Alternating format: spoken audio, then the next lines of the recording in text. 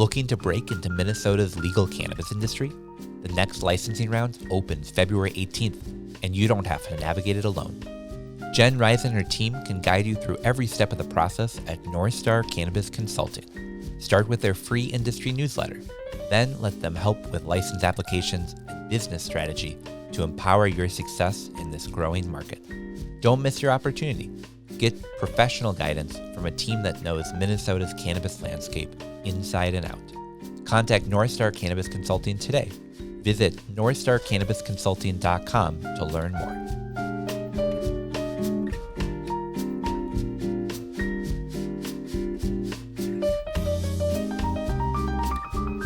Keeping track of your grow doesn't have to be a hassle. Meet Plant Track.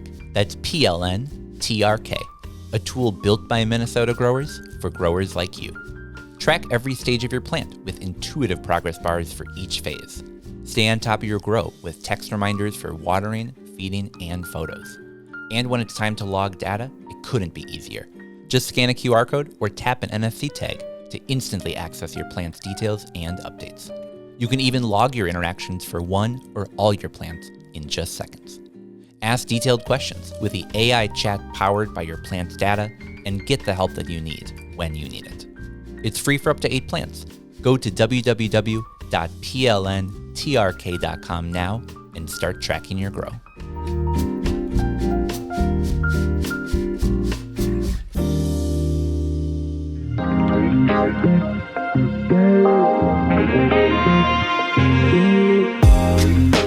Hello. Welcome to another episode of Northern Lights. I'm your host, Tanner, joined today by Steve and Jordan. Hey, guys. What's up?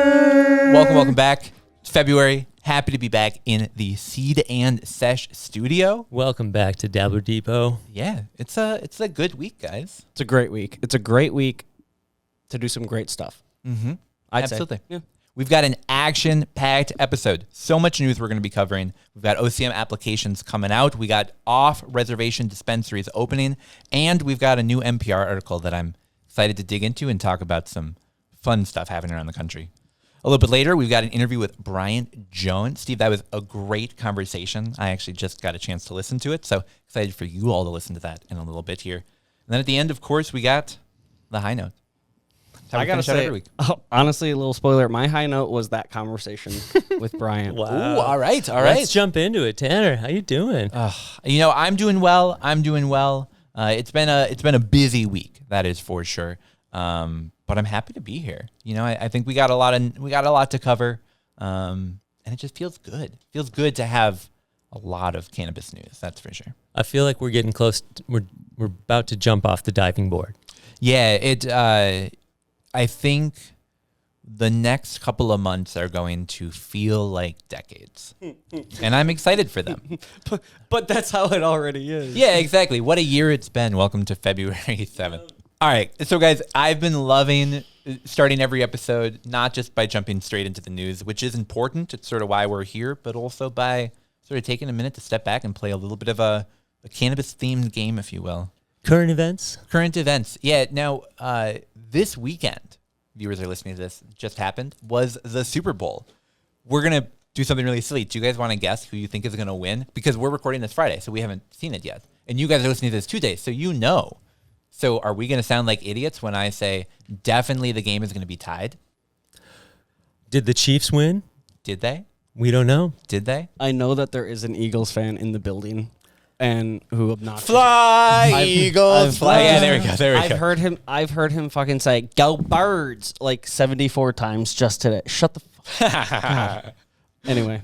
Well, I know he's rooting for that. Winter Beer Dabbler. Yeah. February 22nd. Go and check it out.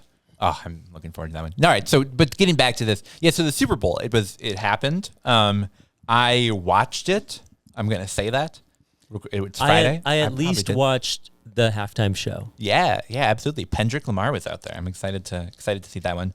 But I figured we had to do like a Super Bowl game. Okay. Right? Okay.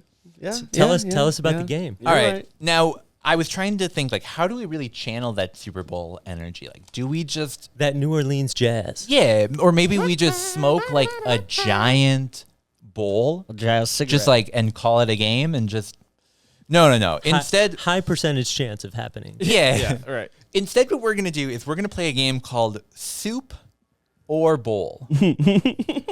Now, let's play a game. In honor of the Super Bowl, we're going to play the time-honored game of Soup or Bowl. You guys are going to hear reviews that were written online, and you have to determine if they were written about soup or a bowl of weed. The one at the end with the highest number of points will be the winner. We have no idea what's happening. Yep. In fact, sometimes you guys get to see like the description of the game or the title beforehand. It just said Super Bowl. So here we go. So I did like I had an idea and I'm entirely incorrect. So It's the Tanner, the meme of the train, and I think I know what's happening, and then it's soup or bowl. So you're gonna hear a review. You might also hear whether it's a 5-star review or a 1-star review, and I want you to tell me, is this a review about soup, a bowl of soup, or is this a review about weed? So for example, if I say mildly buttery, but also brings a white pepper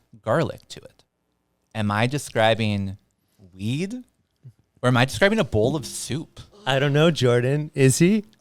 Which one do you think? So we're going to switch off on who has to go first, so that way we're making it fair. So Jordan, you'll go first on that one. That sounds unctuous. What do you think about that one? unctuous, buttery, oily. Mildly butter and a white pepper garlic flavor. Soup. All right, which one I'll go bowl. do you think, bowl? Yeah, this one is you, Steve. This is a 5 out of 5 review on GMO cookies on Leafly. People love that mildly Unctuous. buttery with a white pepper garlic to it. All right. That was a good one. I wasn't really playing the options. I was playing the Tanner. Yeah, I that's gotta get out of my head about no. that. That's This is a cannabis podcast. yeah. It's what we're here for. All right. So here's the next one. Apparently, this stuff is really great because my daughter asked for this for birthdays and other gift-giving occasions. She loves this, and it's so hard to find for some reason. I'm really glad to have found it here. Recommended highly by her. This is a mom in Washington State, and this is bowl. Do you think that's a bowl of weed? Oh. See, I was thinking the other option, soup. So you're going soup? I'm going soup. All right, so we're back to a tied game because this is the review of Campbell's Cream of Broccoli Soup posted on Amazon. For some reason, I was just like, 5 out of 5. This is a entirely unaware boomer. Just being like, I've been looking for this can at the Whole Foods, at the Byerly's, at the Trader Joe's. I can't find it. It's really hard to find the Campbell's Cream of Broccoli. I can't imagine why no one would want to put that on their shelves. All right, next one. Here we go. Here's the review. Garlic, mushrooms, and onions. Oh my goodness. 5 out of 5 stars. Fuck you, Tanner. God. Yeah, these are so split right up the middle. You guys need to know this took me about a week to find all these reviews because I just had to find as many as I could. All right, so Steve, what do you think? Is that the garlic, mushrooms, onions? Is that about weed or is that about soup? Bowl. You think a bowl of weed? Jordan, what do you think? I think bowl. All right. Yeah, you guys are both right. That is Yes. All right, we're back. All right, bowl tied, GMO tied. cookies on Leafly. 2-2. All right. Here's our GMO next cookies. one. It tastes like what I would imagine if you licked at the inside of a belly button. Is that a review about weed? Or is that a review of soup? And if you want a bonus point, and not actually, but just, do you think it's meant positively or negatively? How could that be about soup? I don't know. I also... How could that be about soup? Can you give us if this was a... Oh, yeah, you just... Can you repeat the question? Yeah. It tastes like what I would imagine if you licked the inside of a belly button. Bowl. Yeah, spot on. That is cheetah piss posted on Leafly. Posted on Leafly. Yes. All right, 3-3. We got a little bit of a burner. We got a here. shootout. We got a burner. All right, here we go. Here's our next one. It is the Super Bowl. You know, the Chiefs may have scored a lot of points. Yeah, maybe. Let us know in the comments. It is unctuous and flavorful in a way that ties things together nicely. Is that a review about soup or a review about weed? We're tied. I'm going to let you go first. Weed. Bowl. Well, no, soup. You think soup? You think soup? All right, so Steve has pulled ahead because that is a review of potato and leek soup. Oh, I'm not a fan of that type of soup. I could learn to love it, but no. But at what cost? Think about the carbs. Oh, it's one of my favorite soups at Komarchik's. All right, here we go. Next one. Shout out to Komarchik's. This is a 4 out of 5 star review. Oh, and I should say the belly button review was a 1 out of 5 star. Unfortunately, yeah. And that was a strain. Yeah, the cheetah piss is the cheetah strain. piss. And then the potato leek soup, that was 5 out of 5. So people really liked the unctuousness.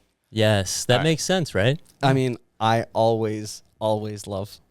You are those people. Unctuousness. Yeah. All right, here's our next one. It has a pungent smell and tastes not too strong. Is that a review of weed or is that a review of soup?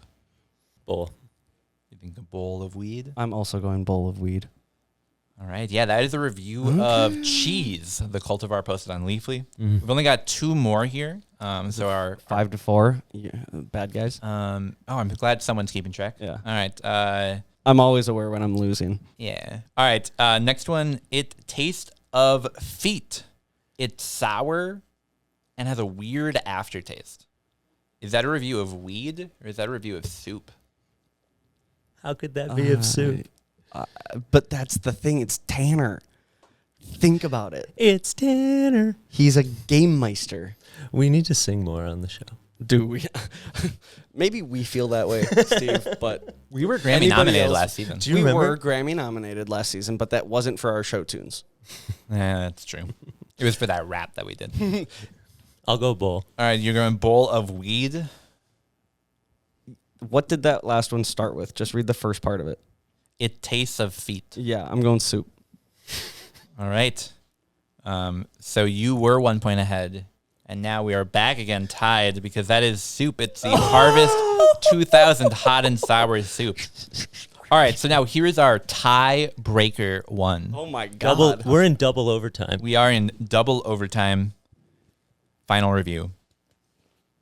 Not worth the money. A joke. It's no better than the ones that less expensive. Bull.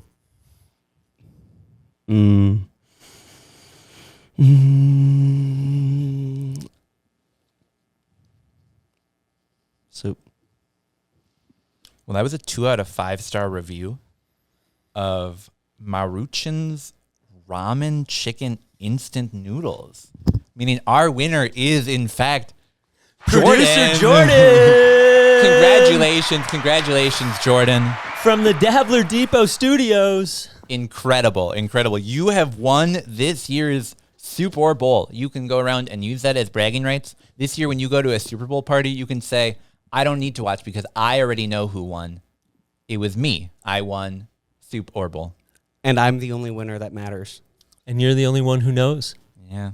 Wait. You're the first person to find out that you won. You won the Super Bowl. Yeah, this is like when the U.S. won the Olympics, and we didn't know over here for hours because it was delayed.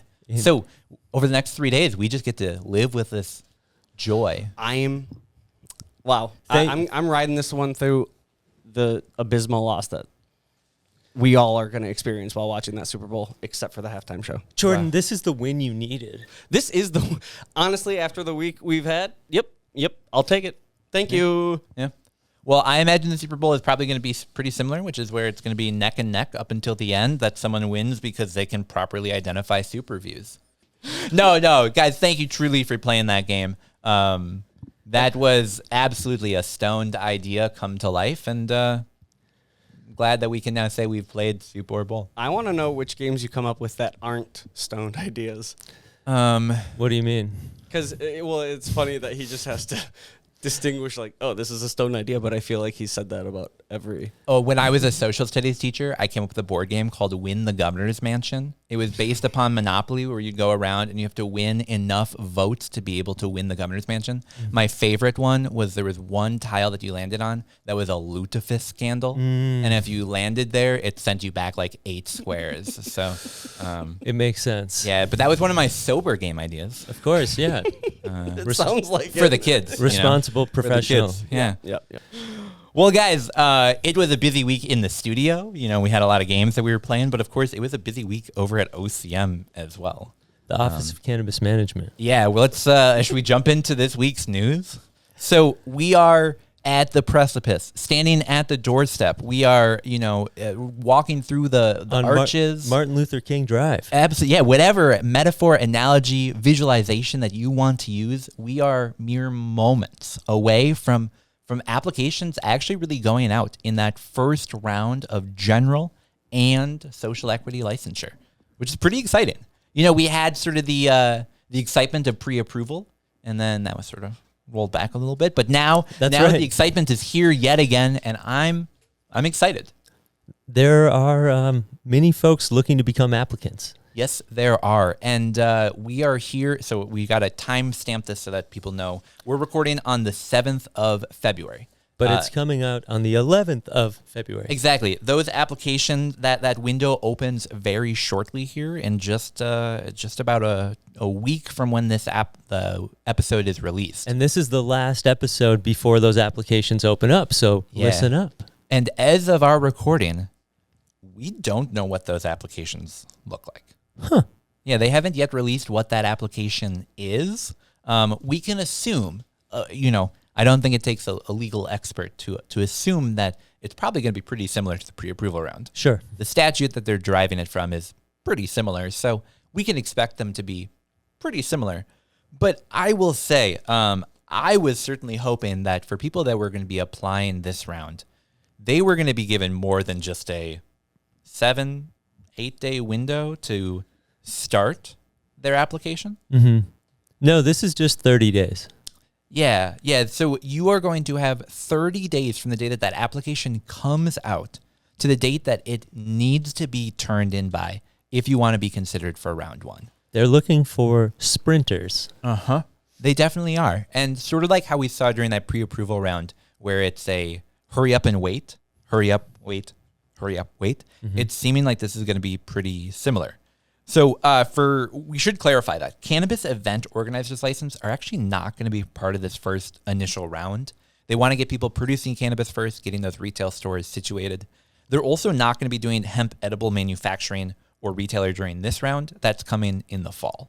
So this is just focusing on the adult use, growing, delivering, selling, processing side of the industry. The essentials. Yeah, the essentials, if you will. And OCM anticipates that the lotteries for the restricted applications will be, as they previously said, sometime in that May to June window, our new favorite month, Yeah. I'm at least excited to see them continue to sort of hold to that line in the sand. Lotteries. You're going to have that happen. But we're also going to have people that are operating outside of those lottery caps. Okay. So there are some business types, micro businesses, wholesalers, transporters, testing facilities, delivery businesses, and medical combination businesses that are not at all being tied to those caps. As Fred Durst once said, Jordan, they are rolling. What? Keep rolling. And we got to keep it rolling. See, we're getting that Grammy. We're getting it happen this season. But they're going to be reviewed on a rolling basis, as Steve was saying, where we could potentially see that happen really quick turnaround. Those applications are submitted. If it's an uncapped category, we could see, and I want to read from their timeline because I want to make sure that I'm getting this all correct. So they say that if it doesn't involve the lottery, that they can do those final steps as soon as they're deemed qualified. Yeah. So someone looks at their application, they goes, yep, this is approved. If it's an uncapped category, instead of it going and sitting at someone's desk like it did during pre-approval, which it was a lottery, so that makes sense, this will then just go back to that person. They'll get a notice saying you're approved, which is really exciting because that means that May-June timeline for lottery means that we could actually have licenses already in people's hands by the time that happens. Yeah. In fact, they specifically are talking about the people that were approved during the pre-approval round that opted to stay in, 211 applicants in total. They suspect that soon after the initial application window opens, not closes, but opens in just a couple days here, they'll receive instructions for completing the final steps of getting that license. Yeah. So we could have people, I like, by this timeline, perhaps by the end of March, able to receive licenses. And they are a third of the 648. And so this would make a significant difference. Absolutely. It's not the head start of pre-approval early cultivation that was written into statute, but it would be an early start for these people that made it through that initial round. Especially given the cycle of growing cannabis. Yeah. That's such an important one that we've touched on before, but I think we should touch on again, because we have these licenses issued. Someone gets that retail license. They're really excited to go. They got their storefront. They're going to hang up their sign. Look, I'm approved. Wow. Where's your product? Oh, well, it's still in seed form. So you just have to wait, a good 6 months, and hopefully then you'll have product ready to sell, unless you're working through the tribes or a medical company. More to come on that as rules and compacts are signed. But yeah, we've got a long timeline of when this will happen. So for people that have that cultivation side of their business, getting getting approved finally in end of March, April is really important, because we could have those plants grown, harvested, and ready for commerce by like the fall. Let's logically say the 30 days will close. And we're at St. Patrick's Day. Yay, it's Pie Day. Everybody, it's Pie Day. Okay, we fast forward, we're, 30, 40 days ahead. And then they can probably start stamping and approving, because you want to get that window through before you would complicate the industry further. Well, absolutely. And also, before these people can really begin their businesses, we need those rules to be in place. So that rule going in place at the end of March is really sort of the timeline that I think all of this is waiting on. But there was, I think we'll see a lot of people really begin getting their business ready in earnest. Maybe not growing plants, but doing everything up until that point, which they haven't been able to do without getting that final approval. So it will be good to have that going through. Have some of those cities that wrote these ordinances now actually have to enact them and follow through on saying, hey, you said you were going to license cannabis businesses. They want to go in down the street. Got to give them their license, and we'll see if they want to say no. The ground has been laid. Exactly. So we should also cover for people that were part of that pre-approval round and did not get approved. So maybe you had something wrong with your application. Maybe they thought you were a zone flood or whatever, be it. We still don't entirely know. What's great about this is we're going to get so much more information for those applicants that they're going to be able to correct, put in their application, and get turned in. They'll have a curing period. Exactly. Just like Bovida. Yes. Gummies, flour, and applications all are cured in the cannabis market. That is for sure. Now, a lot of this information came from a press release that OCM put out early in the week. You guys are listening, so they put it out last week. And there was one thing that they threw in there that I thought was interesting that, of course, we know from statute. But the fact that they put it in their press release, I thought was telling. So they included this phrase: statutory caps are in place through July 1st, 2026. After that date, OCM will examine market performance, and decisions on adjusting the number of licenses will be made at that time. Statutory caps are in place through July 1 of next year. Yeah, so the lotteries that we have going into those limited licenses, manufacturing, cultivation, retail. I like this. Yeah, mezzo. There we go. That is that third one. We're going to see some caps on those that after July 1st of 2026 might just go away. Yeah. Well, you need 12 to 15 months of runway to establish a startup. What I'm excited for is that by that time, we'll be on like our 7th interim director. So they'll be able to determine exactly what the rules are for that. No. I have some breaking news to share from LinkedIn. Aaron Dupree is now a fan of the Minnesota Cannabis College. Oh, all right. There we go. There we go. Shout out to Number the one. OG interim director. Or I guess OG director. Fan of the show. Second interim.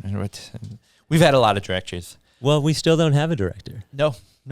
So OCM said additional information and technical resources will be available on their website beginning February 14th. And if you're thinking to yourself, wait, that date sounds really familiar, That is 4 days before the application window opens. So you want to start a cannabis business. You put in all this thought and effort. You're like, all right, I'm going to sit down and fill out this application. That's right. You have 4 days from when you get the form to when you can start turning it in. Wow. So regimented. type fast.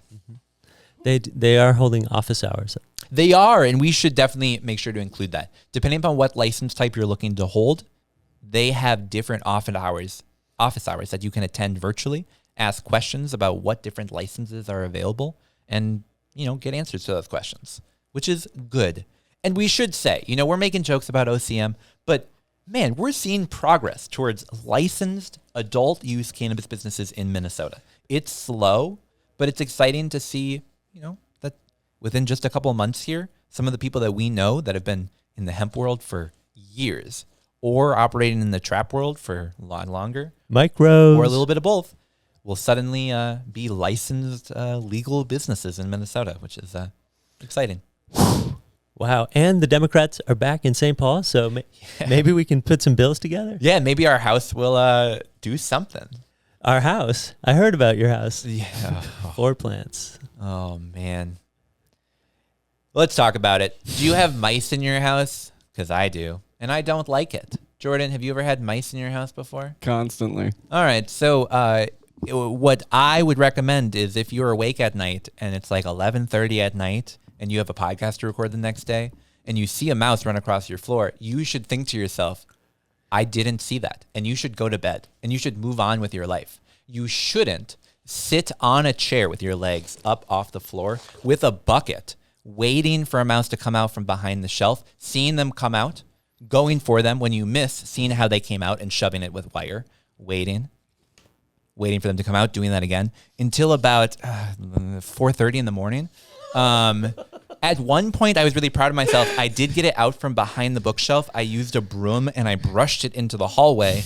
At that point, it then went under my neighbor's door. Sorry, my neighbor. Wow. And then like a second later, came running back out and back under my door. And You lost it. I don't like it. I don't like it. But you know what helps with mice? Dabs. Cannabis. Fast dabs.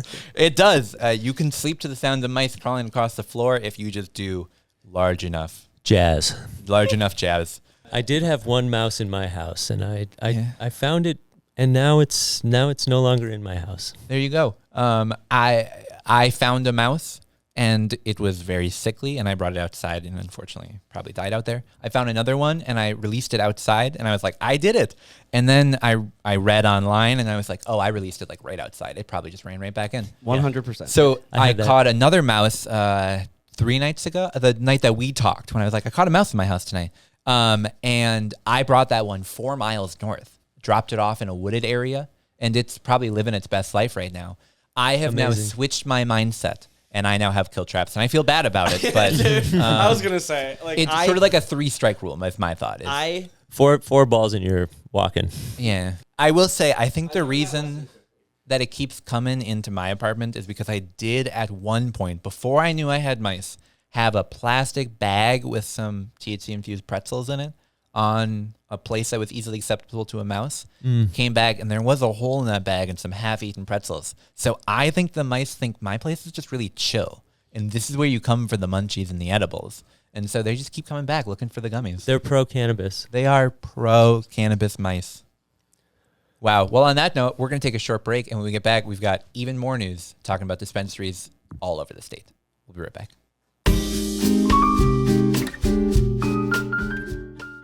70. Did you know that 70% of businesses fail in the first 10 years? And the number one reason they fail is because they run out of cash. Hi, I'm Dave Woodbeck. I'm the managing partner of Dope CFO.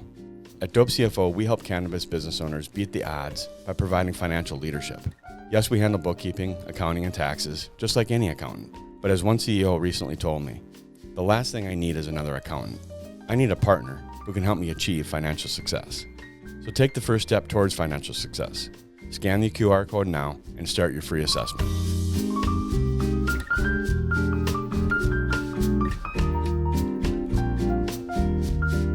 Attention Northern Lights listeners. Whether you're growing cannabis indoors or outdoors, organically or hydroponically, Eco Garden Supply has the tools to help you succeed. From premium organic nutrients to advanced hydro systems, they've got everything you need to cultivate like a pro at home. Head to ecogardensupply.com now or visit them in person at 800 Transfer Road, Suite 3, St. Paul, Minnesota 55114, and elevate your cannabis growing game. Eco Garden Supply, growing supplies for the serious grower.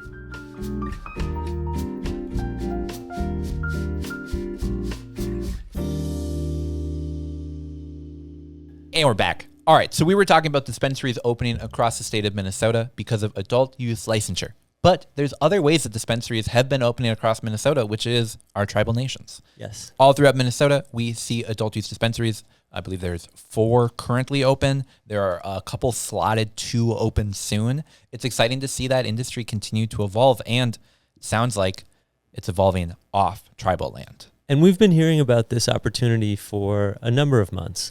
Yeah. And that's what I think is sort of funny about this, is we're talking about this because it is, of course, news and current events. But when we get to the end of the story, I think listeners to the show will realize we're not really talking about anything new. This is a lot of sort of the coming to fruition of conversations that have been happening for months. We've got White Earth, which we previously talked about buying a previous liquor store in Moorhead and turning that into a dispensary that it looks like is scheduled to open middle of March. You know, the tribes have been working on this for years. Yeah. And it's really cool to see. I think the opportunity for a first mover advantage goes to a First Nation, and the logic is there.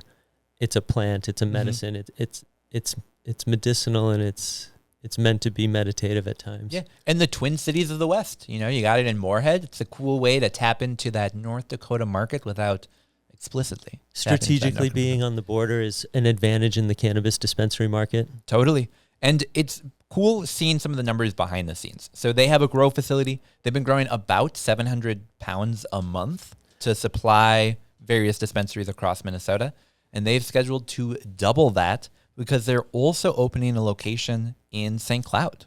You know, cannabis is one of the only agricultural products that the tribes are able to move from one tribe to another. Mm-hmm. And White Earth without any taxation. And White Earth is leading this. Like, White Earth is the most outward grower right now. Yeah, totally. Yeah, they've had flower at, I'm almost certain, every dispensary except Native Care right now. Yeah, I believe you're right. So for those in Moorhead, you'll have to let us know come mid-March what this is like. But I'll be going early March for that Dairy Queen season opener. I've talked about this before on the show. I won't go too much into it, but so I'll be able to see it just a week or two before it opens, and I'll take pictures. Oh, and you do have in here, I'd heard about this. They also bought a St. Cloud location. Yeah, so they bought the old Leaf line that was in St. Cloud, just right next to that Walmart, and they're going to be turning that into an adult use dispensary. They don't really need to do a ton. It's next to a Walmart? Yeah. That's nice. Mm-hmm. Very easily accessible. Walmart, for those in Minnesota who don't know, Walmart is a competitor to Target, and it's been around. It's a big box retailer. A lot of people in Minnesota don't know that. What are their DEI initiatives? I believe they're on. Oh, okay. All right. Cool. So OCM spokesperson Josh Collins, friend of the show. He had a quote that I want to read. He said, "We continue to be in active compact negotiations with multiple tribal nations in Minnesota related to the adult use market. We will have additional information to share when we have signed compact in place, which we expect soon." Yeah, the big thing that I've been hearing about is, are they going to be able to have 5 recreational cannabis dispensaries, or are they going to be able to have 10 recreational cannabis dispensaries? Wow. It's an interesting market. I'm excited to see how hemp, adult use, medical, tribal, all sort of interplay together to create our uniquely Minnesota a game of basketball. Tapestry. Yeah, totally. Yeah. Well, so more to come on that. We'll definitely make sure to update people in March when we have the first off-tribal dispensary selling adult use flower legally in Minnesota open. And, of course, when we have those compacts signed, because we continue to watch that. And as of right now, it's just a lot of soon. Yeah, the tribal market is probably the fastest evolving market currently in Minnesota. Yeah. All right. Well, so the last news story that I wanted to talk about today was an article that I read in NPR. And there were just a couple things in it that we don't need to talk about the article itself, or the main point of the article, which is entitled U.S. Cannabis Shoppers Face a Market Flush with Illegal Weed. Because I don't know if you guys know this, but people are growing cannabis illegally in the United States. No. I know. In legal markets? I know. And it's leading to some challenges for people that are trying to regulate legal markets. Now, there are a couple things that I thought that were interesting in it. That's a tough one. Yeah, it is. It is tricky being the guys that are saying, hey, we're following the rules. Why won't you go arrest them for doing what we're doing and we're doing 5 years ago? Because Chinese criminal groups are... Yeah, Chinese criminal groups, normal turning against growers, the legacy versus legal market. There are a lot of things that lead to this market the way we have it today. So let's sort of talk through it. Now, there was a quote from Paul Armentano. Yes. Armentano, I think I'm saying that right. Armentano. Thank you, the head of Normal. And he was talking about how having a market that lacks transparency and accountability is tough for consumers. Yes. He said, whether I was getting cannabis or alcohol or my broccoli from an entirely unregulated market, I'd be concerned about any number of issues. That's why you would get your produce at Walmart. Exclusively from Walmart, one of the most regulated and safe food places in America. What I thought was so interesting about this quote is Normal, an organization that was started to really fight back against cannabis regulation generally, is now really sort of singing the tune of, no, cannabis regulation keeps cannabis consumers safe. So if people are breaking the rules, maybe they should be punished. Now, I'm going to highlight reform on this, the R in Normal. And, you know, I'm going to hang my hat on the R that allows them to evolve. Totally. And that's the thing is, if they are here to defend the cannabis consumer, that does look differently now than it did back in the 70s. But it's very funny to hear them talk about the concern of unregulated cannabis. Tanner, I'm hearing you now, and this story just came out. Yeah, it just came out the other day. This is the first time I'm hearing about this. The article starts with U.S. cannabis consumers. This is a national issue. It is. Now, Jordan, when you buy cannabis, I imagine you're not driving to a legal state to go to a dispensary to say, hey, can I give an eighth of that? And then smoking it all there and then driving back to Minnesota and saying, wow, that was really great. You're probably buying it from like someone in an unregulated market, right? Yeah. Technically. Yeah. I do as well. And I have for decades. And what I thought was really interesting is that what we have in this news article, an expert from the Brookings Institute cited by NPR, in claiming that Chinese criminal organizations are drawn to the cannabis industry because of its relative low risk to gain a foothold in those communities. There's relatively low law enforcement pressure, unlike harder drugs such as fentanyl and methamphetamine. And it doesn't really cost a ton to start producing this drug. You can just, get some lights, get some seeds, get some cannabis. So, Jordan, let me ask you, are you funding illegal Chinese organizations and perhaps even the Chinese Communist Party when you are purchasing cannabis? In fact, they say that this has some money laundering that also increasingly is intertwined with human smuggling. Is your cannabis linked to human smuggling? Depends. Do I get TikTok? Yeah. You okay, then no. No, all right. No, yeah. Definitely. I'd say there's people in the city that Jordan lives in that are purchasing cannabis that is traced back to these sources. Almost certainly. And I get NPR curious to dig into this. So just like any good reporter, what did they do? Well, they reached out to the Chinese government and said, hey, are you guys growing a bunch of weed illegally in the United States and selling it to a bunch of consumers to try to, flood the market or try to get a bunch of money laundered or something? NPR did this? NPR did this. Chinese reporters, unfortunately, NPR, they just never heard back. No. So, wow, I had no idea he was going to say that. Who knows? Now, of course, the story continues to evolve because not only do we have to worry about the dangers of, legal rights organizations turning against legal rights and Chinese illegal groups participating in our cannabis cultivation, but also we now have criminal cannabis sellers outpacing licensed vendors, meaning there are businesses operating in the legacy side of the market that are selling more cannabis than businesses that were just started in the last couple of years. Can you believe that? There are people ignoring federal laws and shipping cannabis across state lines? Wow. Oh, wait, we got to hide this. Sorry. No shipping cannabis across state lines. No, I mean, the black market, it just continues. It's only legal in what, 20, half the country. So yeah, only 26 states. 26 states, yeah. and not all are online. If you didn't know that. Yeah, but number 24, we're getting close. It was so interesting to see this article come out, and I thought I was going to read about a bunch of people growing THCA flower and selling it across state lines, which is happening. That doesn't really come up much in this whole article. Instead, what comes up is the dangers of Chinese involvement. You have people concerned about the harms of unregulated cannabis.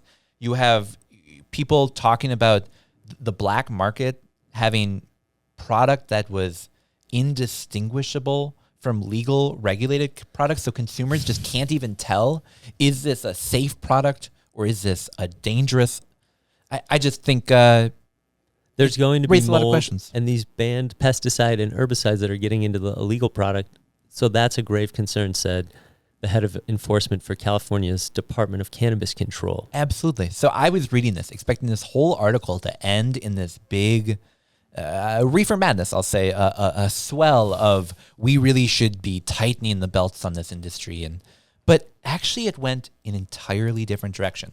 Now, it said many states have mismanaged the transition from the illegal to the legal, focusing too much on regulating legal weed businesses without helping them compete against criminal organizations. Yes. So here's a quote.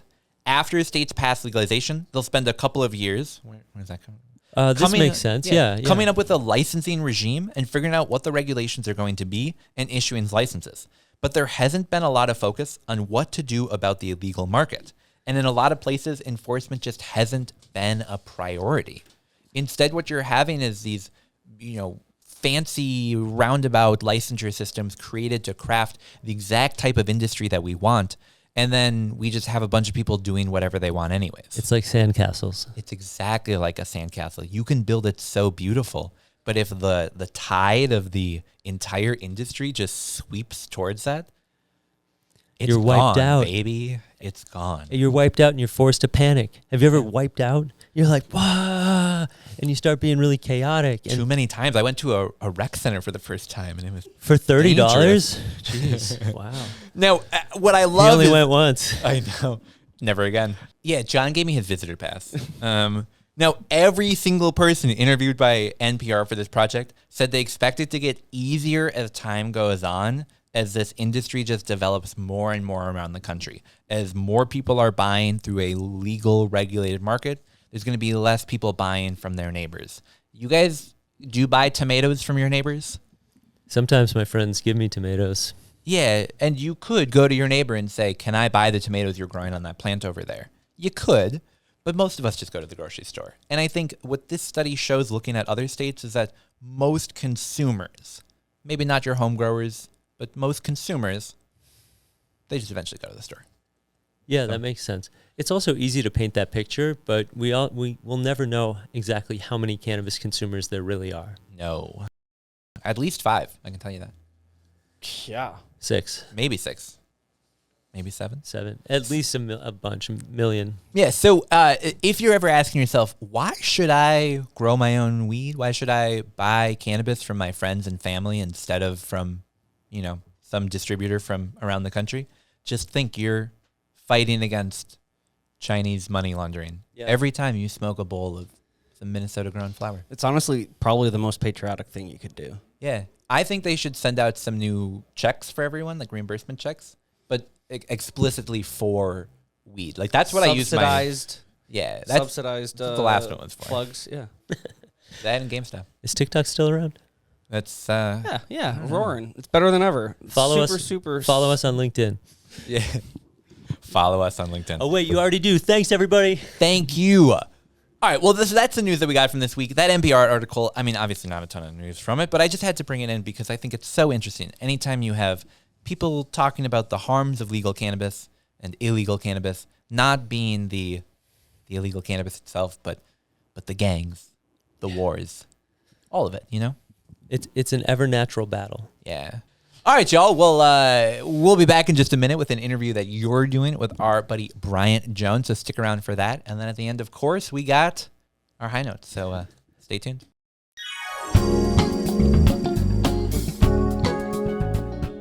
Ever felt like running a cannabis business means running in circles just to get basic banking? Union Bank and Trust gets it. They've been helping cannabis businesses for over 10 years, solving problems like securing accounts, managing cash flow, and navigating regulations. No more jumping through hoops, no more runarounds. Just straightforward banking solutions built on trust, integrity, and performance.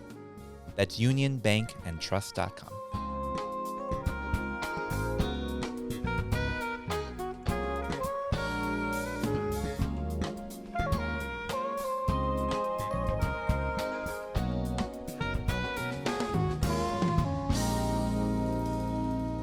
And we're back.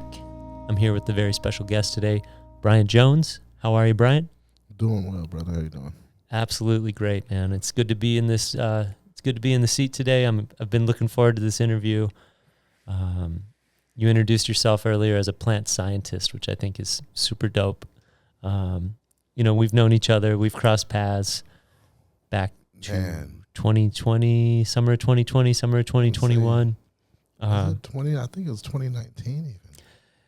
It very well could have been the first summer of 2019, but I got into the hemp clothing March 2020, which was a great time to start a clothing business. It was cold. I remember it was cold. Really? It was cold when I got your first shirt. And it's still one of my favorite shirts. Hell to yeah. this day. I Yeah. still have it. Yes. It's such. You told me that when we were out at Molly's farm for Kurt and Rochelle's wedding, which was a great time. And, I love those guys. And then, shout out to Crested River for bringing us together initially back in 2020. So I think it's only right to have this conversation recorded and, to be able to share your story because you've been doing this for a long time. And yeah, man, it's crazy how much time passes when you're having a good time. Right. Where do you feel the industry is at? Sometimes people use the baseball analogy. We're in the first inning, we're in the second inning, first quarter, second quarter, like whatever analogy you use, like where would you say the Minnesota cannabis industry is? We're getting dressed in the locker room. We are in the locker room right now. Yeah. Figuring out, you want me to tie your cleats? Yeah. What jersey should I wear? Yeah, exactly. Are we at home or are we here? Are we home or away? Wow. Yeah. Mm-hmm. It's I like that. Like I said, it's hit or miss, touch and go with a lot of stuff right now. You can be overly invested very easily. Yep. You can also be underprepared right now. Yep, absolutely. I think on the last episode, John Barty was talking about all these folks say, when are licenses going to come out? When are licenses going to come out? And kind of the inverse of that is like, are you ready for the application process? Do you have your ducks in a row? Are you confident that you are going to get this license? Because they can wait as long as they want. And if you're not prepared, then, you're not in a good position. So what have you done to help companies prepare for the cultivation side of licensing? I mean, if you want to talk about a little bit of your background, and then, if you even want to go back to sort of your education and how you chose cannabis as a career path, I'd love to hear that. Yeah. I guess it all started way back when I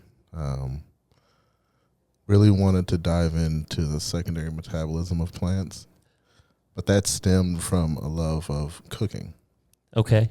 Right. I like to see the reaction on people's faces when they consume certain dishes or a dish reminded them of somewhere. Like you're immediately transported back to that point in time. And I thought that was interesting how food on a daily basis does that to us.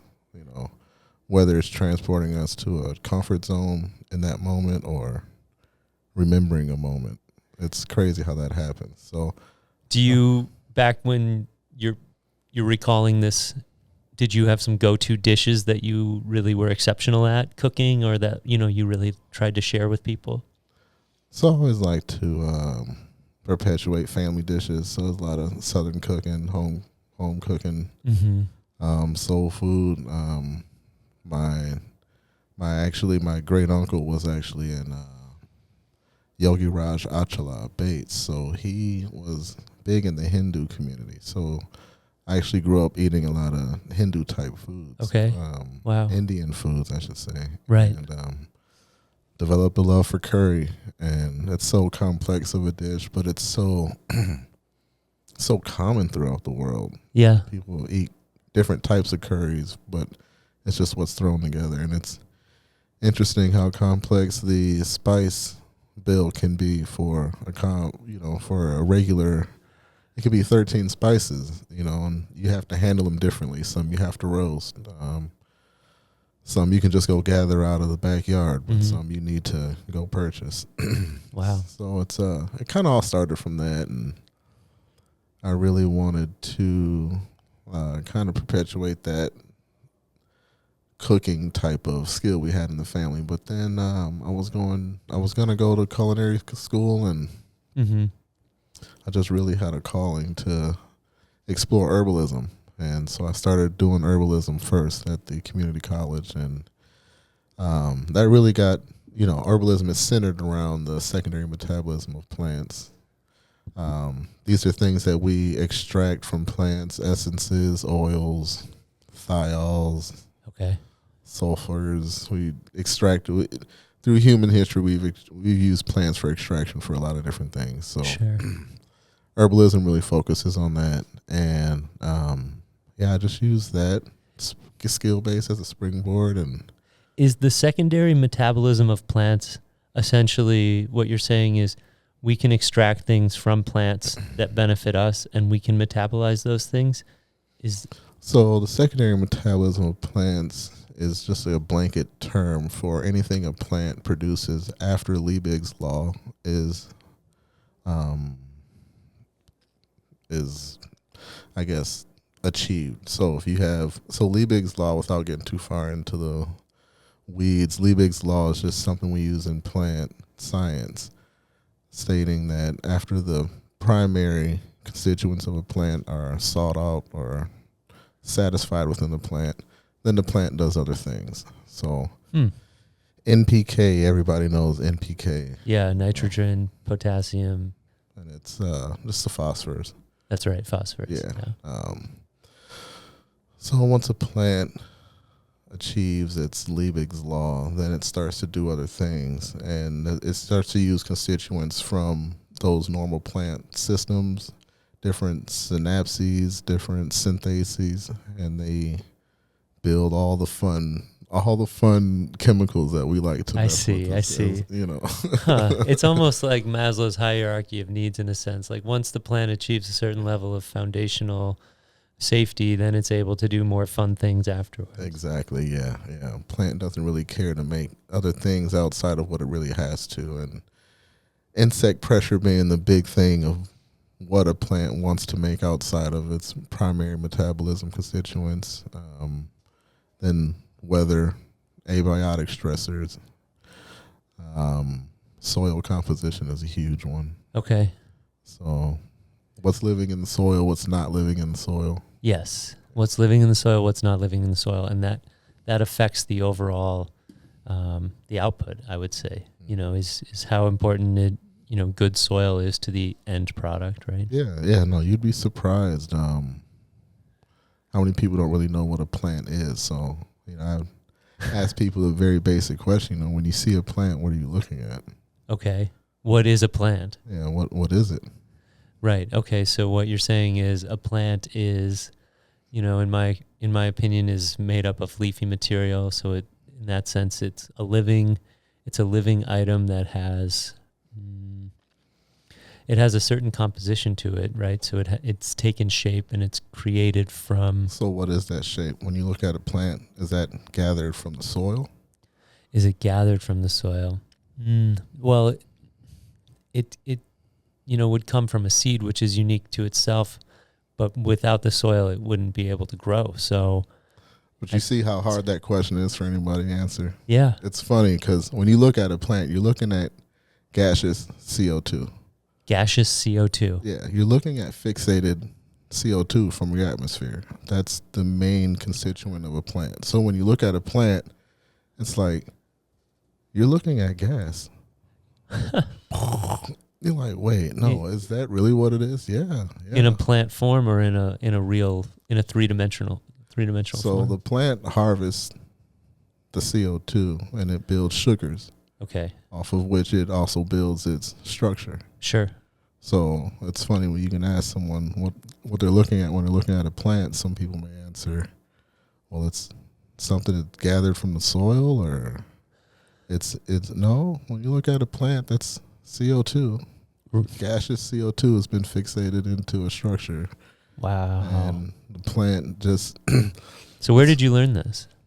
Like, where did you get your initial? Oh man, I've been a geek my whole life. I grew up with Bill Nye the Science Guy. So shout out to Bill Nye. Yeah, and Big Bill. Yeah, I grew up with the encyclopedias back when you had to flick through them. Yeah, Britannica, Encyclopedia Britannica. I remember the library days. Yeah. You know, remember how that used to be a status symbol? You remember how you having them on having the whole Encyclopedia Britannica? Wow. Like, you remember that? That's crazy. That's how old we are. It's crazy, isn't it? Right. I snuck into the 80s, just barely. But, to think how much information we have on a thin device like this compared to the one book from the set. And, I mean, I remember 96 getting that first home computer, that compact computer, right? And going to Circuit City and being sold, the process of, or the tower and the monitor and the mouse and all, and who knows how expensive that desktop computer was for the family back in the day, Oh my goodness. or the, the dial-up noise. I butchered that. Remember that? Do you remember that? God. The internet came on a CD. It did. You had to download the. What's funny is I found an America Online T-shirt still in the package. Oh my God. In the package With the little running man on the front. Where of did it. you find that? It was just in my things. Like, Oh, wow. I left it in there, and I looked it up to see if it was like trending or not. It's funny. It was free then, but they're worth like $50 now. So interesting. The America Online man has made a comeback. Are you a relic holder? Do you keep some of the things from your past? Do you like to look back at some of those, accomplishments or unique items that you've accumulated over time? Yeah, one of my favorite ones is the Mahmoud El Soli Award. Wow. Yeah, so I got that from contributions to the cannabis community. Research paper I did. I got that from the American Chemical Societies. Oh, wow. Their subdivision on cannabis chemistry. So Okay. shout out to the ACS. Yeah, congrats. Yeah, it was a general synopsis. It was a brief synopsis of cannabis cultivation. Mm-hmm. So I sought out to create a document for posterity. Okay. Right? Yeah. In my own cultivation and cannabis, there's many ways to do a lot of things. So Yeah. I had come to the point where I needed to kind of coalesce what I knew into a document that I could look back on and say, oh, this is how we do things. This is why we do things. What year did you pen that? 2021. Okay. No. Were you out in Massachusetts yet? No, I was still at the U. You're still at the U. So so tell us a little bit about your background from the University of Minnesota. Yeah, so when I got to the university, I'd hit the ground running there. I really knew what I wanted to do. I wanted to utilize the university. So a lot of people, when you go to college, I feel like a lot of people are kind of stuck with their blinders on.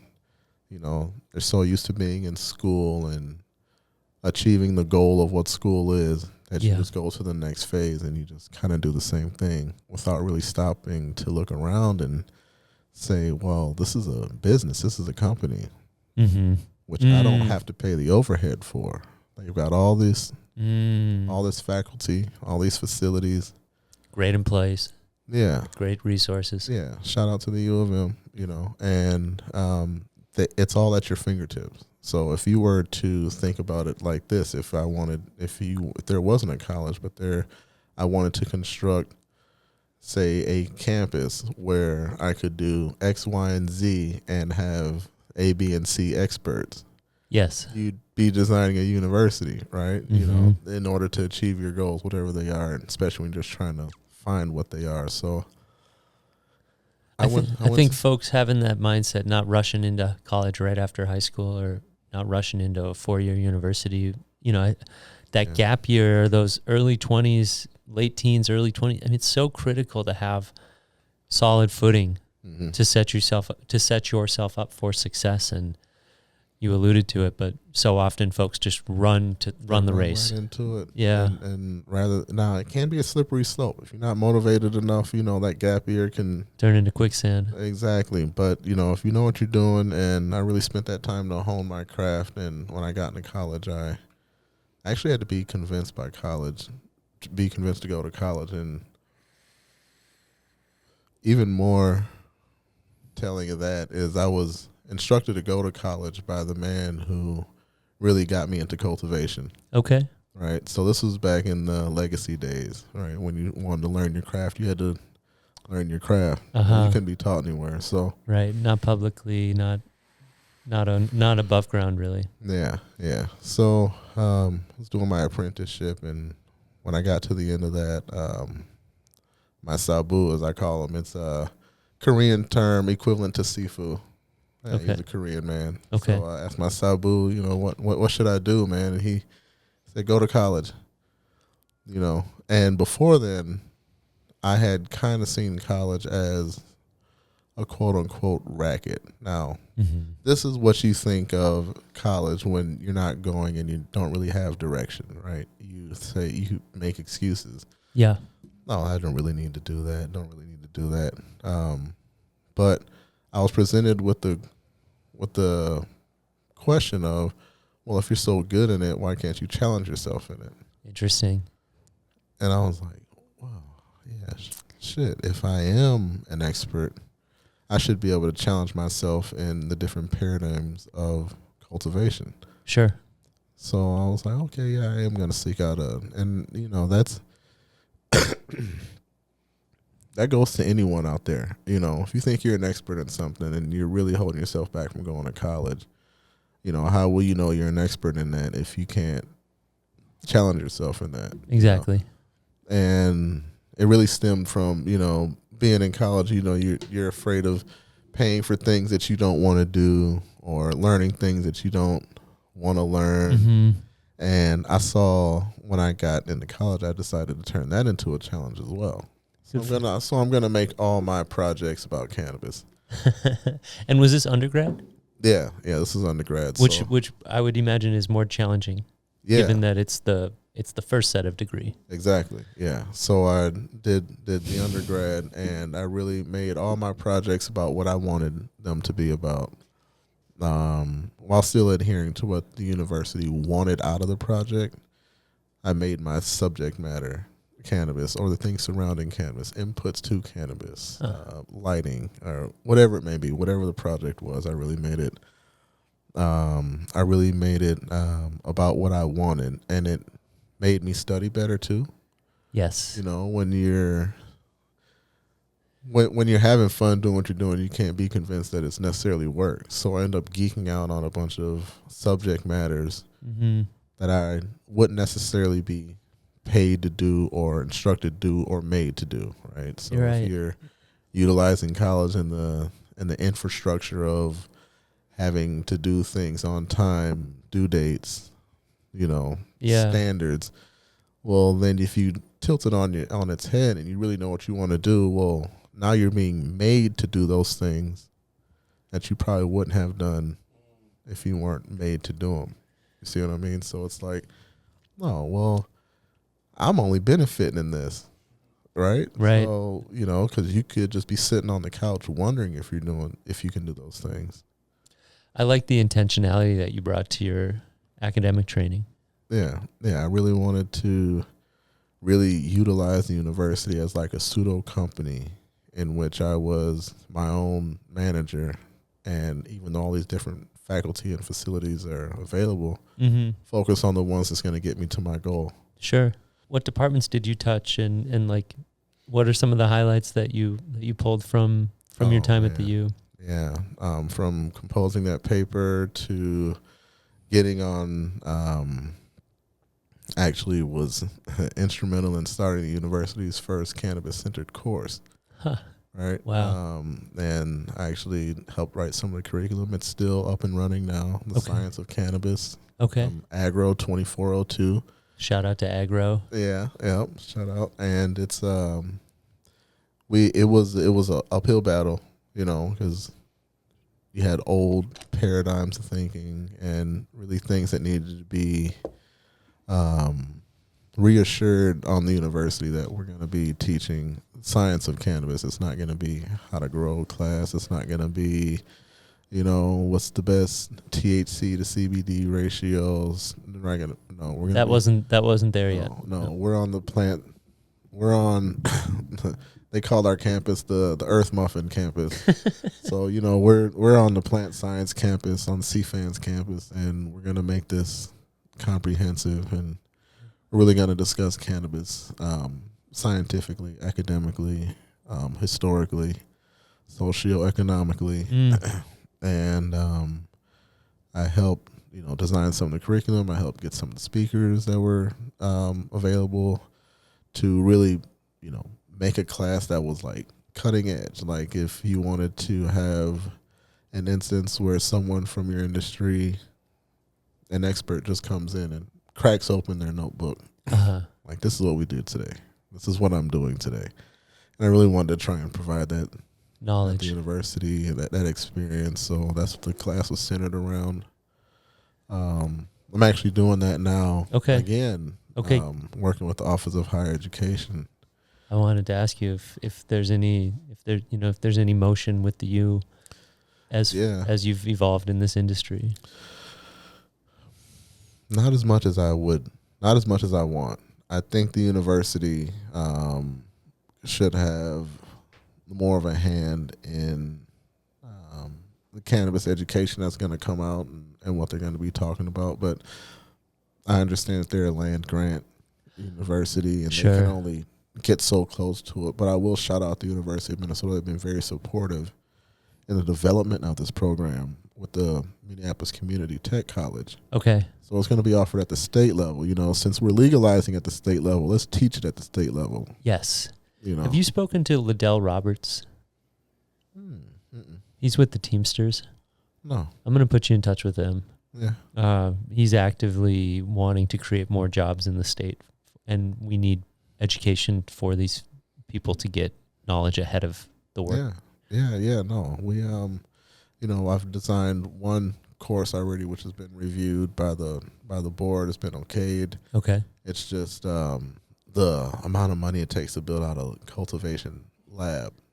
It was an unforeseen hurdle. That we're hoping to get over with some of the grant money that's coming out for support of education. But now this is accredited education, hands-on education. You're going to be able to come to class and put your hands on a non-THC type plant. Okay. There will be no contact with drugs. Right. We're still in a place of learning. But what do they call that type of cannabis? So this would be type 3 cannabis. That's right. Type 3. Yeah. Type 4 cannabis even. We can have cannabis that grows nothing, has no glands. But in facsimile, the growth techniques and the growth times are relatively the same. So it's training, but it's not producing the buds that people so we'll be using CBD type, very low potency type cannabis, but it will be used to teach the standards for cultivation. Right. A, B, and C, and D, And I always think about this, and I've never really said this publicly, but when I was a middle schooler, I went to some Lifetime Fitness summer camp, tennis. I liked tennis when I was a young teenager, and the teacher was really good. He taught he was the tennis pro at the Lifetime Fitness, and he taught adults as well as kids. And with the adults, he would teach the first few lessons without a racket. He would just teach you footwork, hand placement, and he would start his tennis training without the tennis racket. Mm-hmm. And that sort of reminds me of teaching folks cannabis cultivation without the need for THC type cannabis or bud producing cannabis. Yeah, at the end of the day, I always tell people cannabis is just a plant and a family of plants, which we have been cultivating as humans for a very long time. We are not reinventing the wheel here. We're just showing you how to focus on just this one plant. It's not. And you know what a plant is? It's gaseous material. There it is. I love how you brought it all back. So I appreciate you educating me on what a plant is. I think, if you think about it, it's just gaseous material and it produces sugars. And like sugar, talk about something that's sugar hold on. Hold that thought.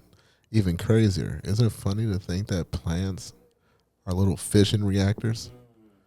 Right under our feet. We're trying to achieve fission for energy, but these things, they just hydrolyze and phosphorate things all day long, right under our feet. They're down there taking gaseous CO2, gaseous carbon. Yeah. Cleaving it, turning half of it into sugars, and the other half they're using for things like the Krebs cycle. In cannabis, it uses...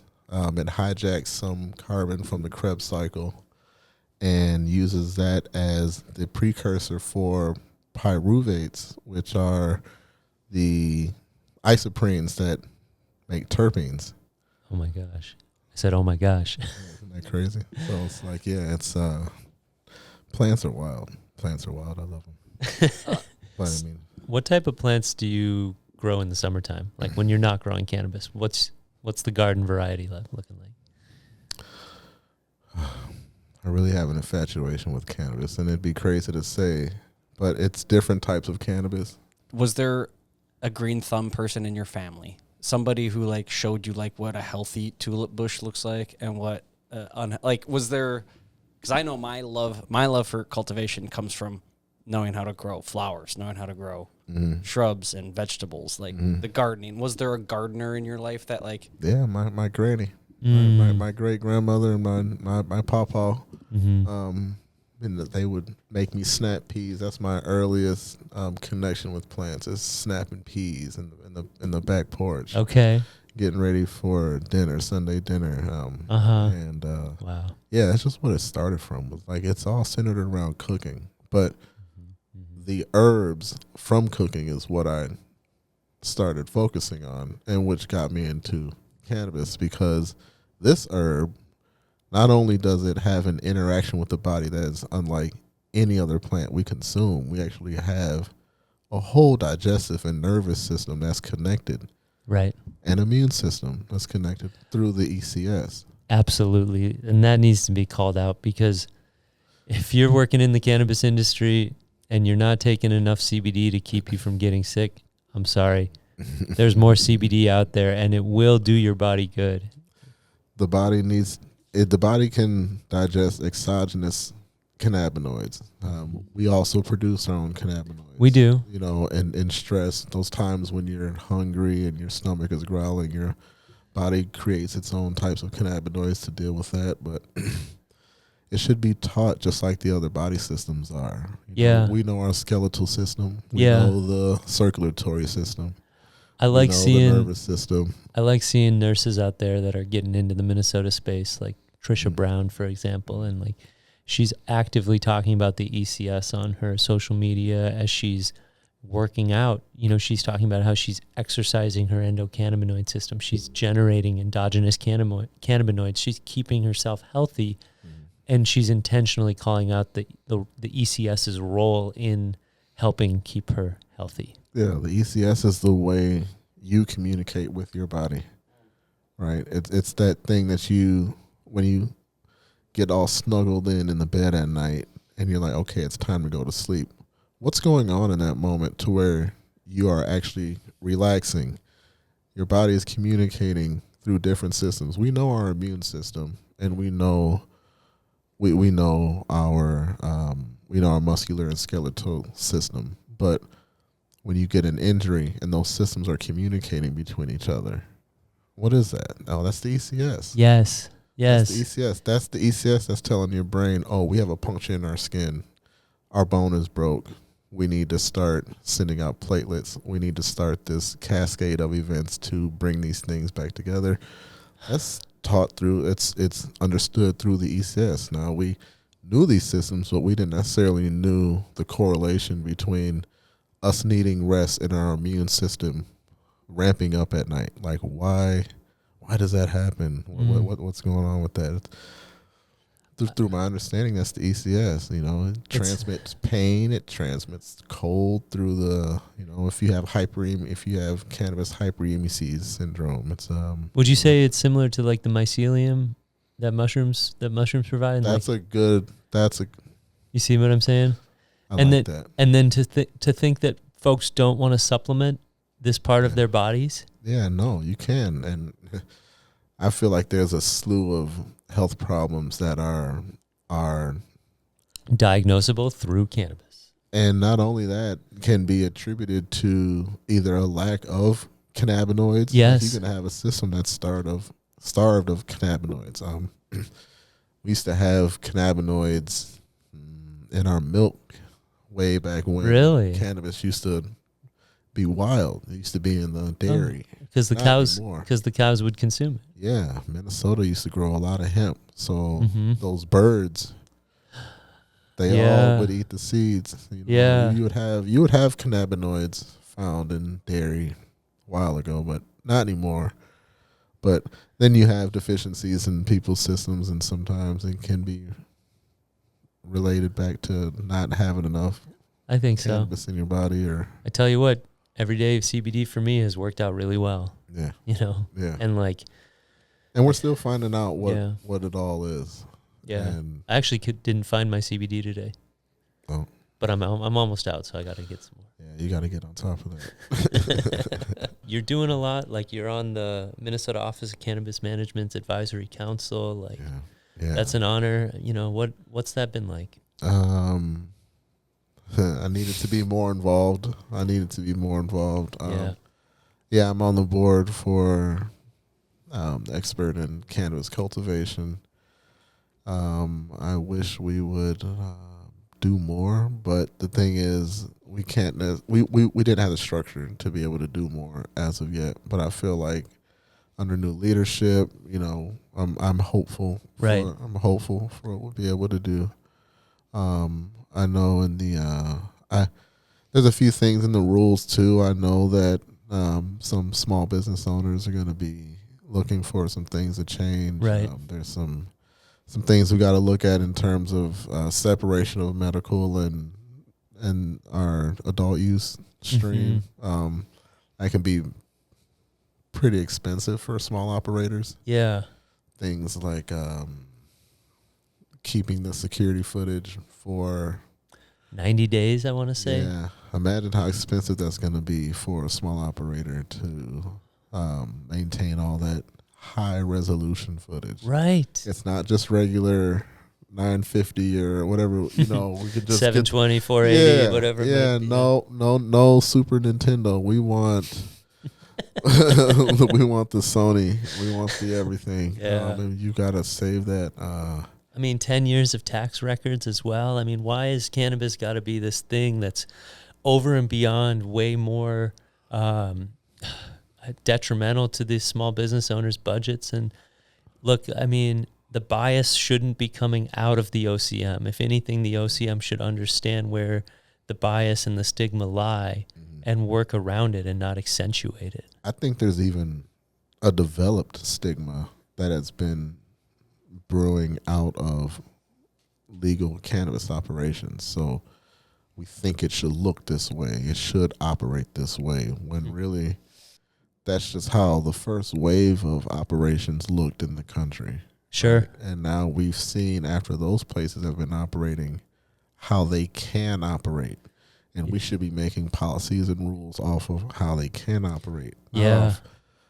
We're in the second decade of this. Yeah, exactly. Like, we know what it shouldn't be anything more drastic or anything different than going into your local herbalist shop and shopping for, or even traditional Chinese medicine you get from the corner store. Like, it should be that. Yeah. But for some reason it's not. You know, when you take all the specialness out of cannabis, it's just another crop. You got all this crime because you said it's illegal. They put the constraints around. Put the constraint, and you built the value around it. Yeah. I'm a farmer with a lab coat, you know, and I've always told myself I'll die a happy man when cannabis is not talked about, right? Because it will be part of everybody's everyday. Like, I don't ask you what you're eating, what vegetables are on that plate. I'm not specific about what type of Advil you took that day. But those are things that people do every day, and we understand them to do it. So I expect you to be having some relationship with cannabis. Every person should, you know? So it shouldn't be something we're taught. It should be a normal thing. With that being said, how do you prefer the Minnesota market as it is right now? I mean, I'm sure you've got your home grow going. You know, what do you think of the beverages and the 5 milligrams, you know, the gummies and things like that? So I actually worked on HF 600. HF 600. Yeah. Yep. So that's what got the potency for the low, and that was fun. Yeah. I'm glad that we got to help people more in this state than other places with that starter 2.5 dose. That was, you know, and that's one of those things that came out of the industry just starting. Like, we were guessing around what's a good milligram to start with, and this 2.5 became the standard, and it was just what we started with. We doubled that, and we found nobody fell out. People weren't having issues. Like, oh, we can do that. Let's double it. And that's just one of those, you know, one of those small things that the industry kind of matured with, you know. Do you think there's room to go higher on the low dose side? Yeah, 25. Yeah, I'd like to see that as well. I think 25, you start to get real effective with, you know, and I think people should be more open to using CBDA.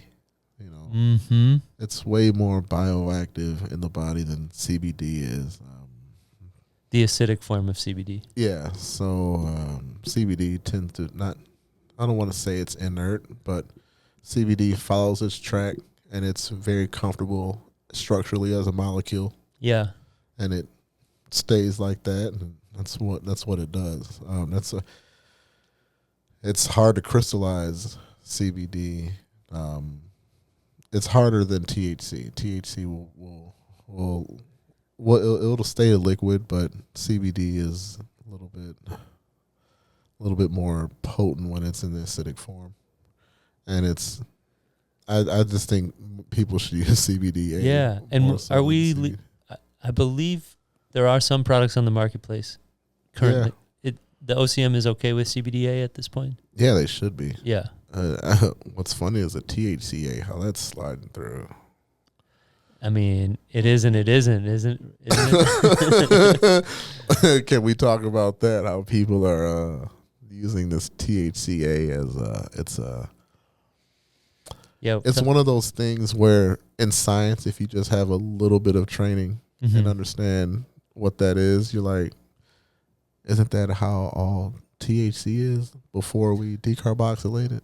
Right. So what's the difference in THC? It's not just straight cannabis, but it's a misinterpretation of the rules. It's a misnomer utilized to create a loophole. Yeah, and now people are using that as, oh, well, this is hemp. But, oh my goodness, you guys, come on now. That's like people hemp. Still using strain. Yeah. Can we retire that, you guys? Right, it's cultivar. Or chemovar. Chemovar. Okay. Chemovar, you guys. Strain, if you're using that term correctly, would probably be angiosperm, which would be just any flowering plant. Okay. If you're looking to use the term strain correctly, that's what it would be.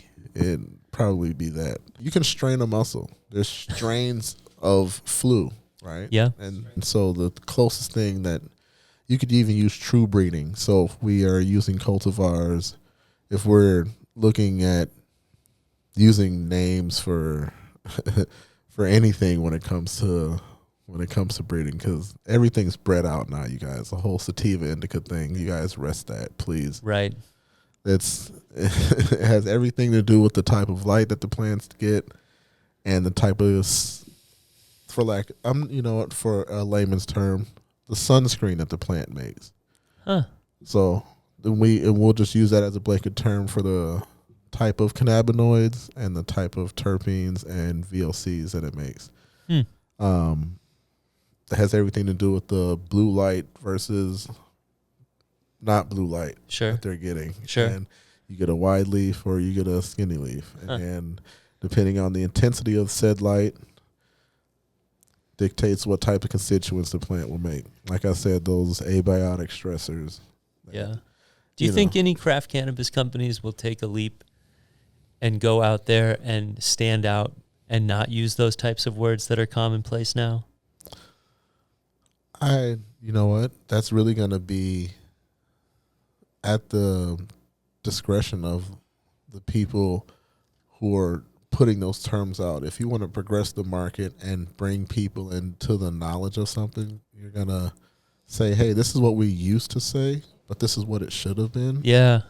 And sorry for that, but this is what it should be. And the re-education. Exactly. And we shouldn't shy away from that. That's, as we get more re-familiarized with this plant. It's not a new plant. We've been using cannabis for a long time, people. Before we even really were writing, we were using cannabis. Wow. There's evidence of that. Yeah. As we're getting reintroduced to this plant and all the benefits that it has, getting the terms correct really help people. We should do a class on that someday. Yeah. I was brought up sativa and indica, and you were touted those differences, the cool and mellow versus uplifting, and really what it boils down to are the constituents that you're ingesting and how you're experiencing those in your mouth. It's different for everybody. Yeah. You can have a terpene profile and you experience it one way, and because my taste buds are a certain way, I get more caryophyllene and you get more pinene. And this is very basic, very topical, right? Because we know there are other constituents that are more contributing to the flavor of cannabis versus just terpenes. But I'm just speaking from an old point of view where we just were looking at the terps and like, oh, well, you experience it this way, I experience it that way. Maybe it's uplifting to me and it's downing to you, when really what you were getting were these different terpene profiles, and you were just ingesting them, and your body was saying, hey, well, this is relaxing to me, or this makes me want to get up and clean the house, or something like that. You know? And I think about the essential oils and how they have different effects on each oil has got a little bit of a different effect and how we respond to those. Some are more preferred to me and some are more preferred to you, and I often try to show people like terpenes, or what makes a difference is really comes down to how it affects like the smell, like how we feel the oil, how we feel the sense, how our senses react to the plant.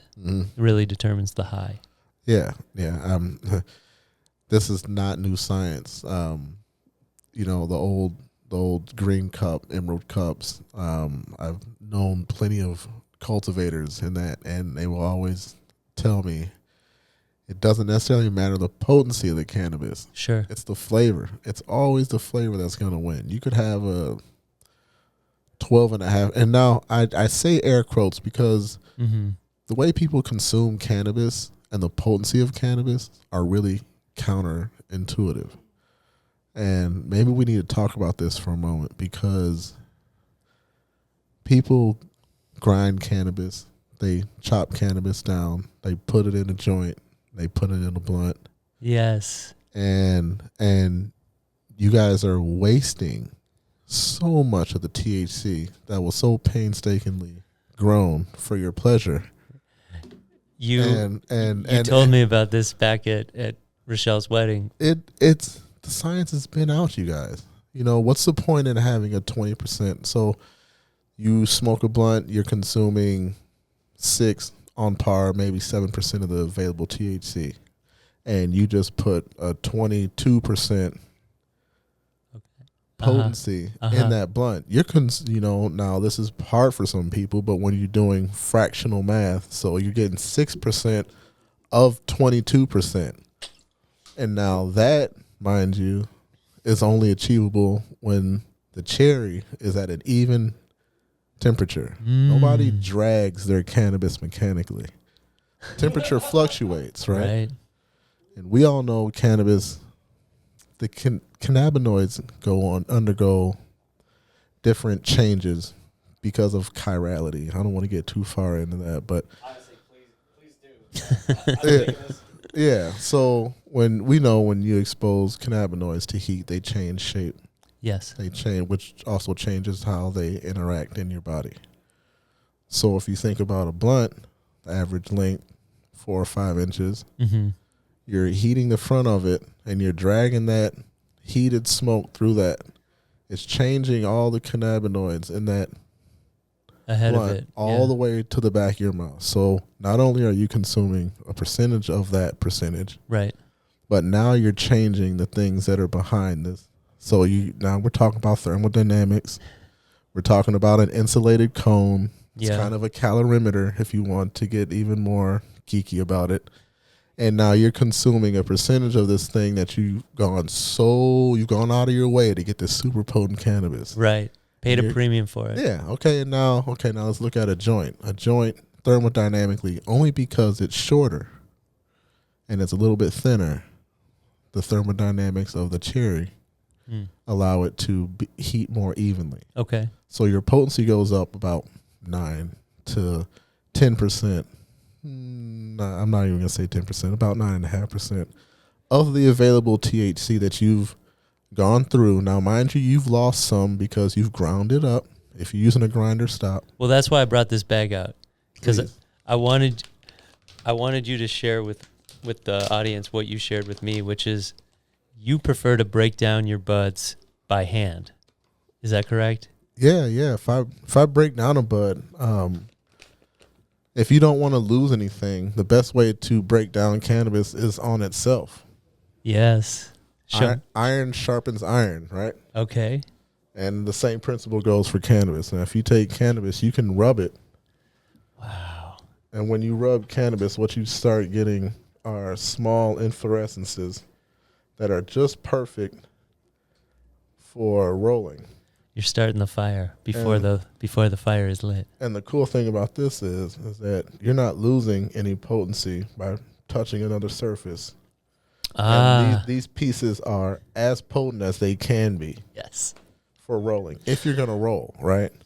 So if you're going to roll, look at this. This is perfect, right? And I always tell people, don't use a grinder. As a cultivator, as a plant scientist, we use one tool in the greenhouse. We use shears. Yeah. Post-harvest, that shouldn't change. If you have shears, use shears to process this. It's less surface area. Okay. And you waste less of what we tried so hard to get into this plant, right? Yeah. So now back to the potency thing and people rolling blunts and joints. So you've got a joint, your potency goes up a little bit, or your available potency of what you're going to consume goes up a little bit just because it's shorter and it has less chemical conversions going on behind that cherry. Mm-hmm. So the shorter it is, the hotter you can get it, the better it is if you're going to roll it. Okay. That's my recommendation. Shorter, fatter, right to the point. Put a big crutch in it. Yeah. Whip it. Okay. Then now you got your 22% cannabis or whatever, and now you've got your other option of a spoon. Now a spoon is just a bowl. Right. You can start with a chillum, and because that does not have a choke on it, it's not going to be able to carburate that cherry.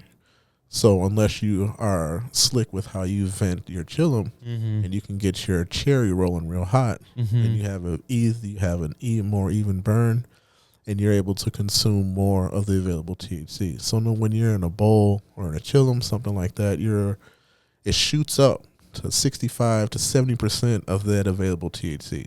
So now you're doing yourself better if you got potent cannabis and now you're putting it in a bowl or chillum or anything. Better with a choke so you can carburate. Yeah. Exactly. Yeah. So, and then also that amount goes down. You can't fit that much into a bowl. You can't fit that much into a chillum. Sure. So now, not only does your available potency go up and your experience get better, now you're saving money in cannabis. Yes. Yes. Oh, wow. Okay, now on to the next one. Now you got a bong. Yeah, tell me about the bongs. The bong is the best way to consume cannabis. Heard. It achieves the best burn. You use the least amount of cannabis. It all comes into contact with your flame. Mm-hmm. So you're able to vaporize and get that good caramelization of THC. And now this goes up to 85 to 95%. Really? Of the available THC. So now if you got a 22% cannabis, yeah, and you put it in a bowl and in a bong, you're doing yourself even better. Okay. And then you get into the vaporizers. Now vaporizers, I don't necessarily talk about too much because you're up in the 80, you're at 98, 99% THC. But the difference is that you are using you're using a heat that's not necessarily applied to your cannabis. I'm trying to keep it simple for the listeners. It's heating it up without decarboxylating the flour, right? Without caramelizing. Yes. Without caramelizing the flour. So it's kind of like a convection oven. And this is pulling in the heat, and you're doing only the conversions of THC. Now, the cool thing about a vaporizer is that there's other constituents in the plant, specific cannabinoids, that you do ingest when you carbolize. But when you don't carbolize, some of those get left behind. So I tell people with a vaporizer experience, if you're not here to get high, because THC is what you're going to be getting. Right.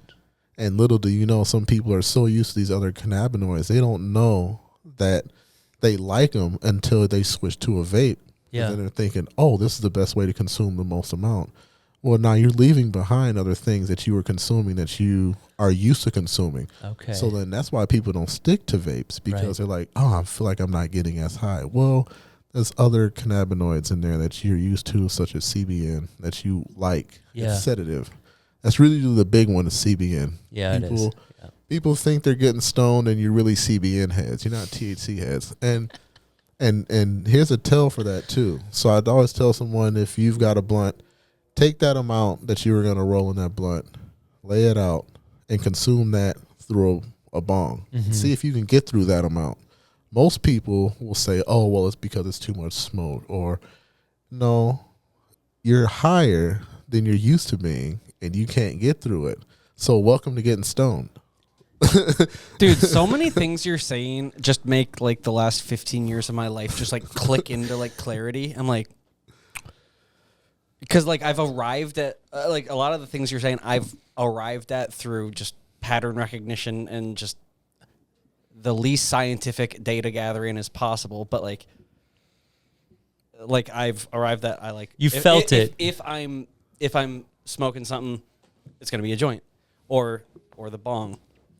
Like very short, right to the point. Yeah, and I rip through it. Like, or I try to keep it like the consistency of, as you say, cherry, keeping the thermodynamics.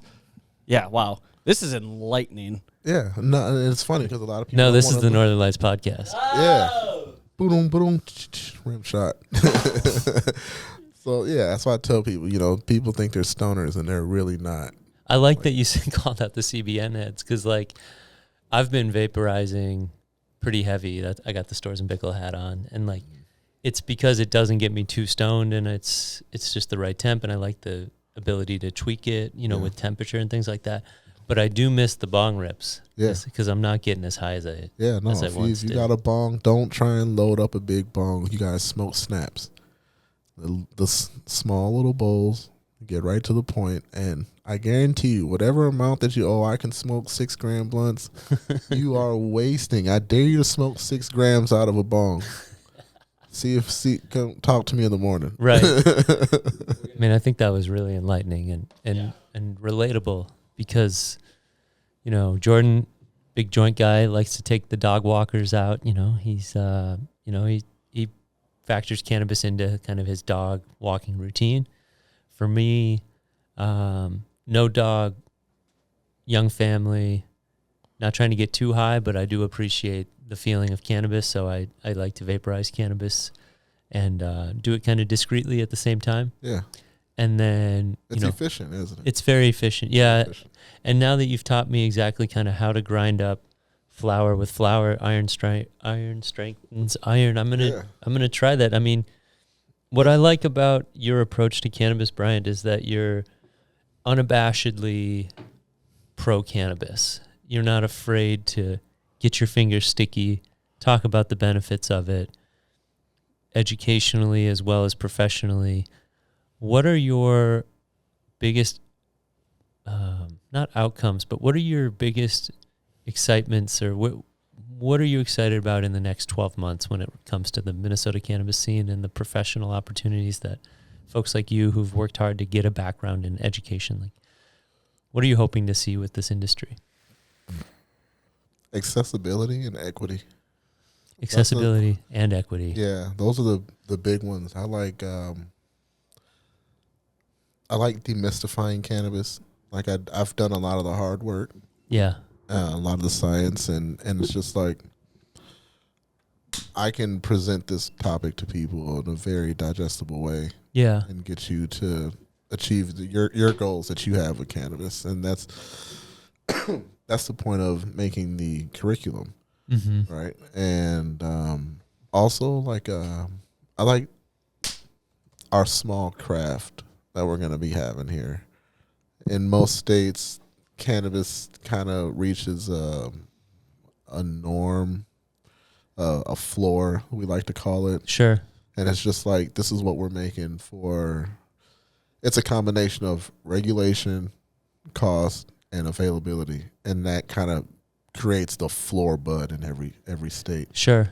I feel like ours here is not gonna necessarily reach that because we have such an eclectic small craft license here. Okay. Like, you're gonna be able to go in some neighborhoods and find several different types of cannabis that you wouldn't necessarily find if you were to go to like one of the big box places. Yeah, I hope so. Right? Yeah. I really hope so. So that's what I'm looking forward to. The education, the accessibility, and I just want the market to roll out. Yeah. You know? Yeah. Right. It's time. Absolutely. I think it is. I'm hoping that the pre-approved license applications will be able to move swiftly this spring. Yeah. I don't see why not. Other than some people, people spreading dissent and misinformation in the industry. That's another thing. I'd never expected our counterculture to be. We grew up in the counterculture, y'all. Like, we know what it is to be marginalized for using cannabis. Sure. Yeah. I got kicked out of school, or I had to do school in a different place, even though I still graduated on time. It was looked at. The stigma was so bad.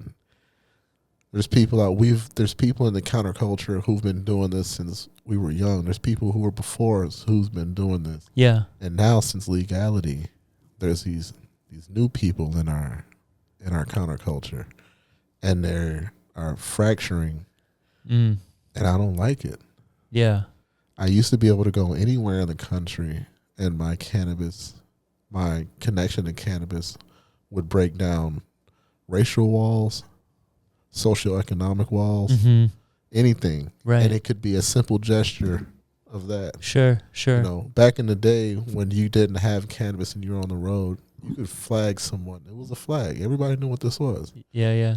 And it would be, whoever happened to see it, they would connect with you, and you'd be like, wow, this person I would never talk to had it not been for this. And I can't tell you how many connections and experiences I've had with cannabis because of that. But now it's a little different. Now there's money involved. Now there's race involved in an inverse way in our counterculture now. And I don't really have a taste for it. And people know what I'm talking about. And I just hope that we can fix that within our own community, right? We shouldn't be divided like that. We shouldn't have, they said this, these people are doing this. Yes. That's not, come on, you guys. You know, cannabis has been weaponized against people that we all know. The science has been out. Not done by us, done by them. And I'll use a blanket term, them. Sure. You can apply that wherever you want, because I don't want to get too far down the rabbit hole. But the fact that we as a cannabis community even have to talk like this, it's telling of the type of people that are in our industry. And I really hope that Minnesota protects itself. I hope we remain small. I hope we remain diverse. Yeah. I learned cannabis from a Korean. There's people who've learned cannabis from a Jamaican. There's people who've learned cannabis from a Puerto Rican. Right. There's people who learned cannabis from an Indonesian. There's people who learned cannabis from Egyptian. Yeah. From people from the Kush Mountains. Cannabis is part of our human society. Sure. Yes. And we need to remember that, you guys. You guys, I shouldn't have to, but I feel like that needs to be said. You know, people got to remember that we are one under the leaf. I think that's a great one to end on, Bryant. And I really appreciate you coming on the show today. Look forward to having more conversations with you in the future, and we'd love to have you back on in a future episode. You, man. Have a good one. Are you ready to kick off your home grow? We've got the perfect hookup for you. MinnesotaCannabisSeeds.com. They've got everything from fast flowering strains to unique hybrids, all ready for growing in Minnesota. And guess what? Our listeners get an exclusive deal. Use the code NL10 for a 10% discount on your entire order. Don't miss out. Get the best seeds and start your grow strong with MinnesotaCannabisSeeds.com. Remember, NL10 for 10% off. That's MinnesotaCannabisSeeds.com. Grab your seeds today.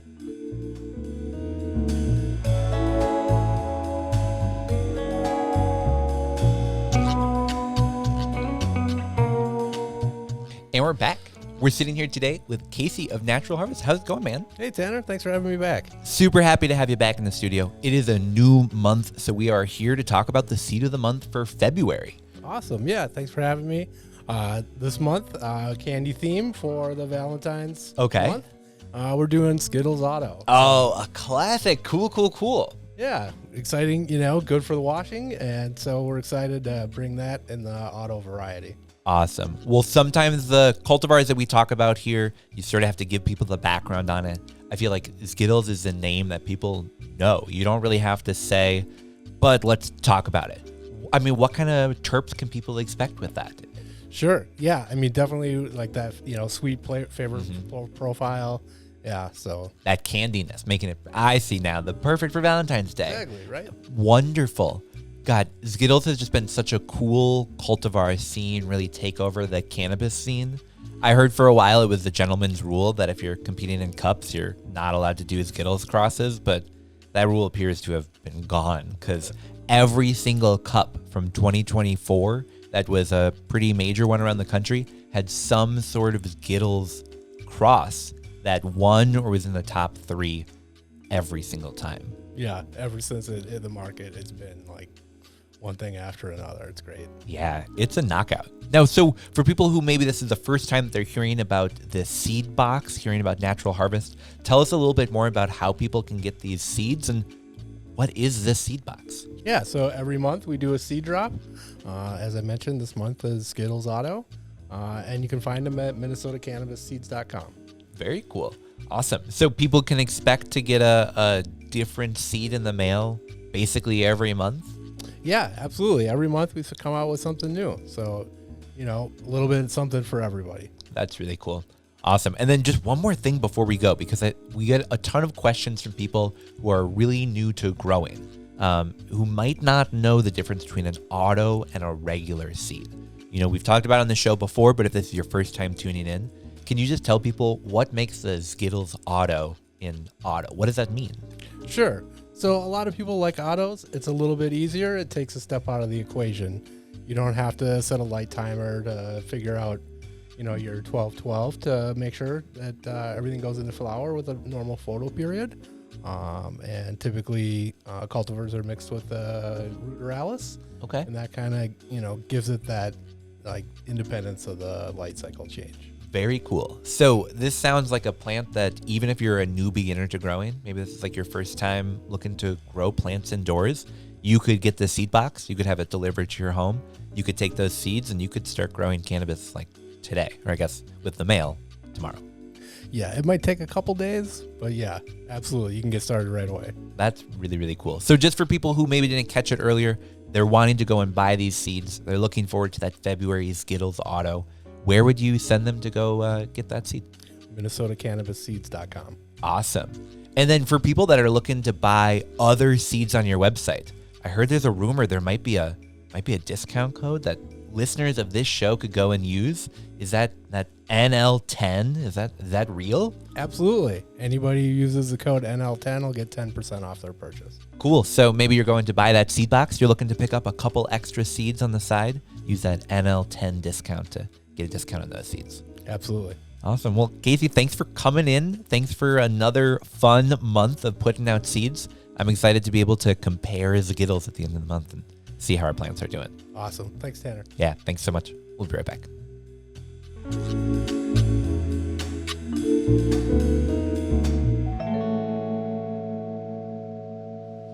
Howdy everyone, Tanner here outside of the studio to show you how easy it is to leave a comment on the public comment window that OCM is currently holding.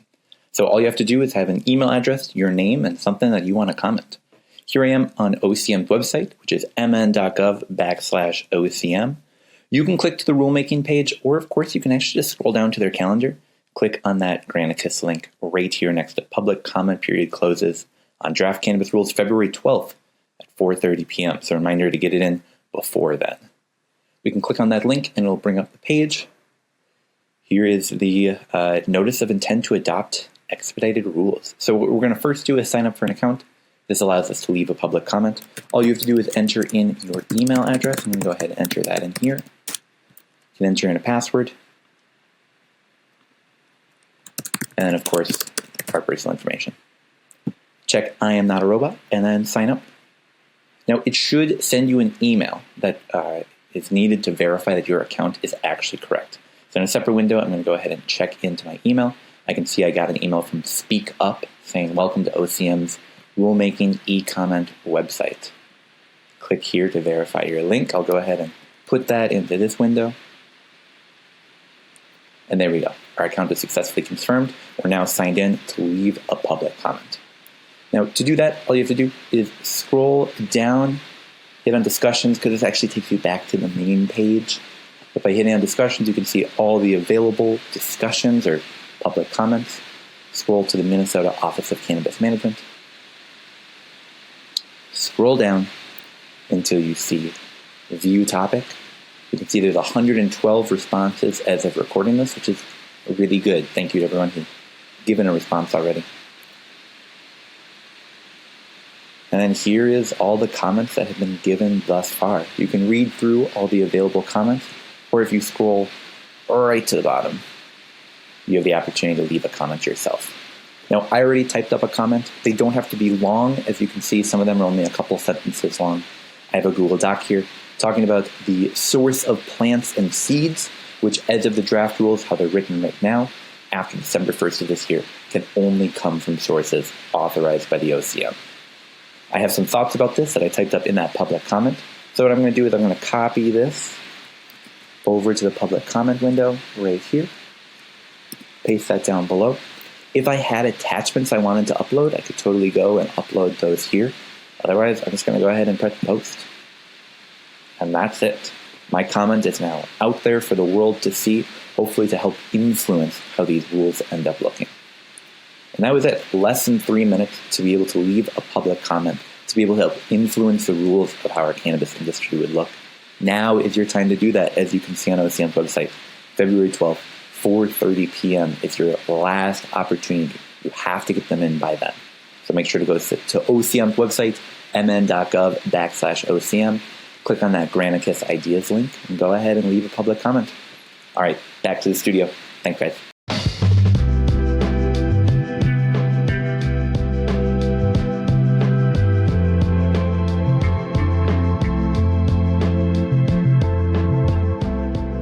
thanks to Bryant for coming out tonight. This was awesome. Good to see you. Appreciate the knowledge. I would like to go to Kendrick Lamar with Tanner though on 419. Here in Minnesota? Yeah. Oh, sheesh. We got to talk about this. I think if we could raise enough money, we could buy ourselves Kendrick Lamar tickets, right? The podcast definitely needs to send all three of us to go document it. For journalistic purposes. Yeah. For Pendrick Lamar. Yeah. Cultural. Or Kendrick. He says Kendrick. they not like us, but we need to find out. Are they like us?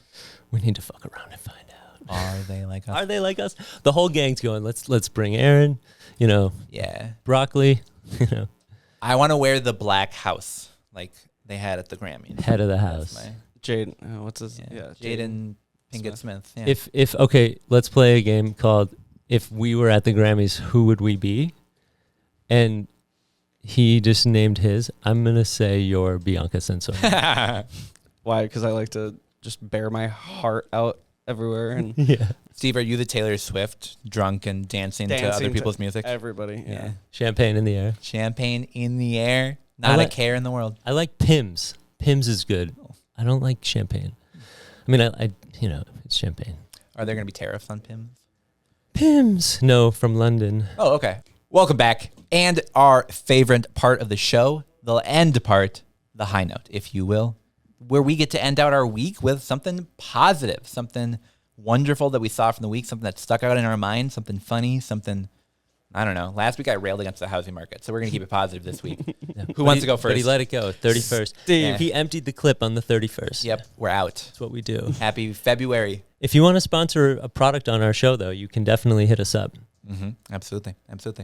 All right, Jordan, you want to go first? I'll go first. I have recently re-fallen in love with sketching and drawing. Ooh, and okay. like just using mostly colored pencils, charcoal stuff to like just do whatever I want. And that was something I did a lot of when I was a kid. Most kids have like books or Nintendo DSs or whatever next to their bed falling asleep. I had just many different size pads of paper and pencils and Yeah. but I hadn't really like done it for more than an hour here and there for the past like 15 years. And then over the last like 3 weeks, I've probably put like 30 hours into one drawing. Nice, Hey. Like so I guess maybe call it a hyperfixation or maybe like a reintroduction to something I forgot I fell in love with. But my high note is just kind of like falling back into the tranquility of just like doing art for art's sake. Cause like a lot of my job is like I've turned my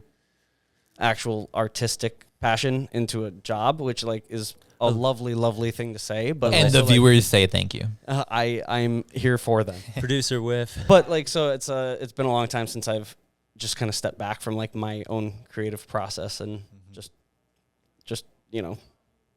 emptied out creativity onto. I love the infatuation and like the ability to make it back to something that you enjoyed previously. Yeah, it's been really fun. Yeah, and I'm excited to see that creativity continue to evolve and hopefully play out. Like also with the evolving, I like I said, I've been working on this one drawing for like 30 plus hours, but I also like just whipped up the iPad and I was like drawing apps because that's something I've never done digital art. I've always been a tactile with actual, mediums. And so like that's opened up a whole world of opportunities, like doing the iPad, like you get different.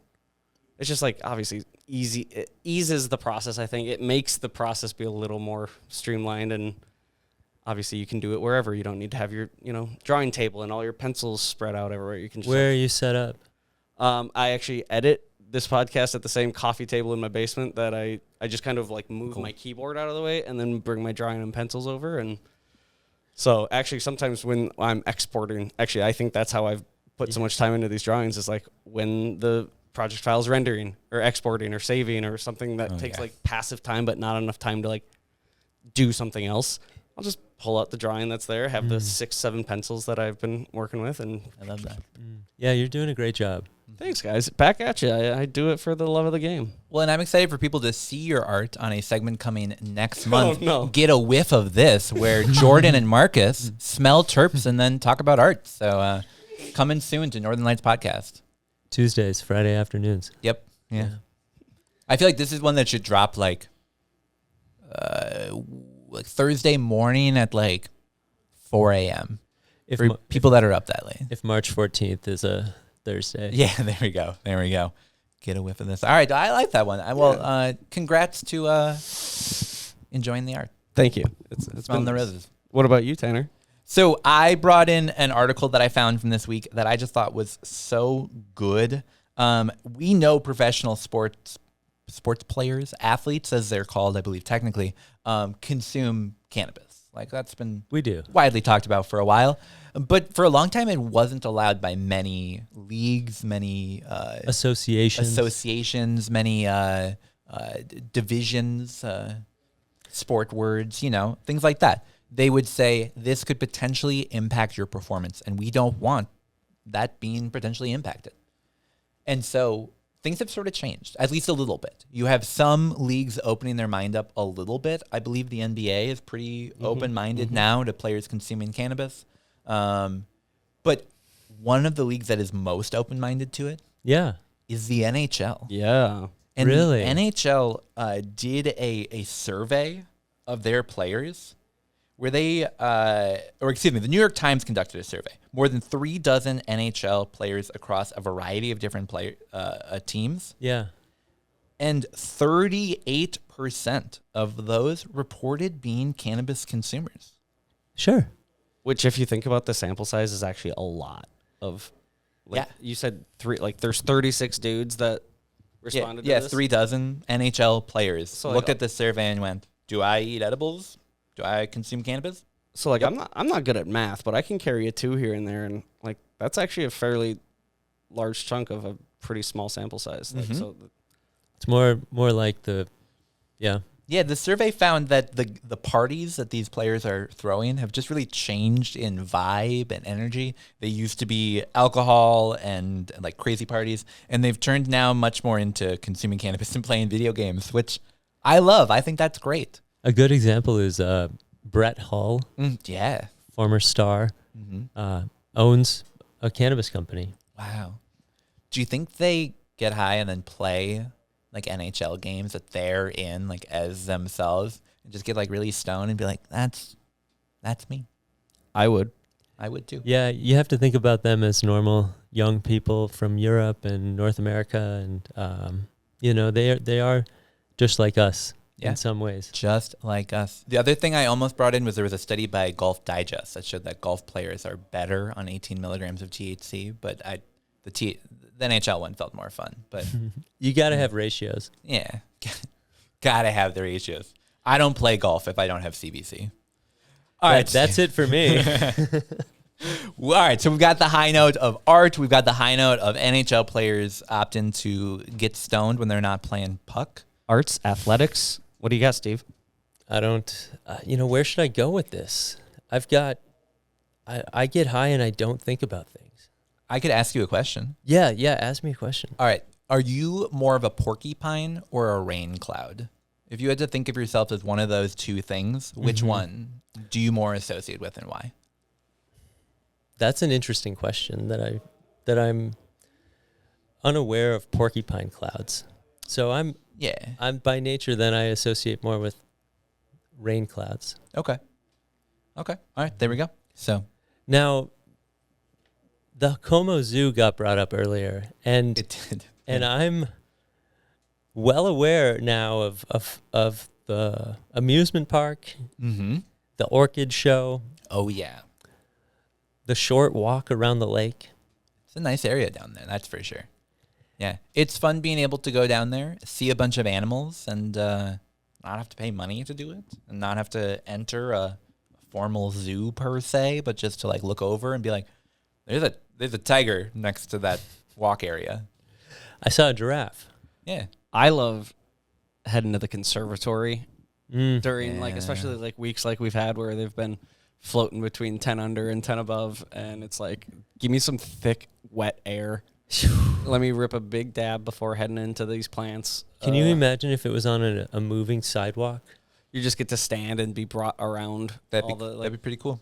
Like a monorail that brings you around. Wow. Like look out and We should get into the monorail business. I feel like we propose a new one sort of every episode. Our conversation funnel usually gravitates towards monorails. It all comes from the I want to see things while also sitting and getting high.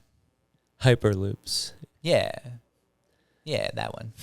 I'm happy. I've been over in the Como area. Yeah, I'm treating it now as my new bidet Makaska. Okay, for sure. And trying to spend more time over there. And I think this winter is interesting because it's feeling more and more like a true winter. Yeah, definitely. We missed Groundhog's Day. Cold. I didn't see it in the notes, but they're saying 6 more weeks. Yeah. Punxsutawney Phil, you've been so preoccupied with the mice. Yeah, it's true. At the moment that I heard that there was going to be another rodent, I was like, whoa. I don't know if I'm here for that. Stay in your hole, man. That's right. So here we are, 5-6 more weeks. We've got Lucky Leaf coming up. Yeah, we do. Forward to that. I wasn't going to initially reach out, and after I saw last year was at the Poorhouse, I thought we could do better than that. Mm-hmm. So I got Kova on board, I got Canatrolls on board, and we're moving over to Modest Brewing. Cool.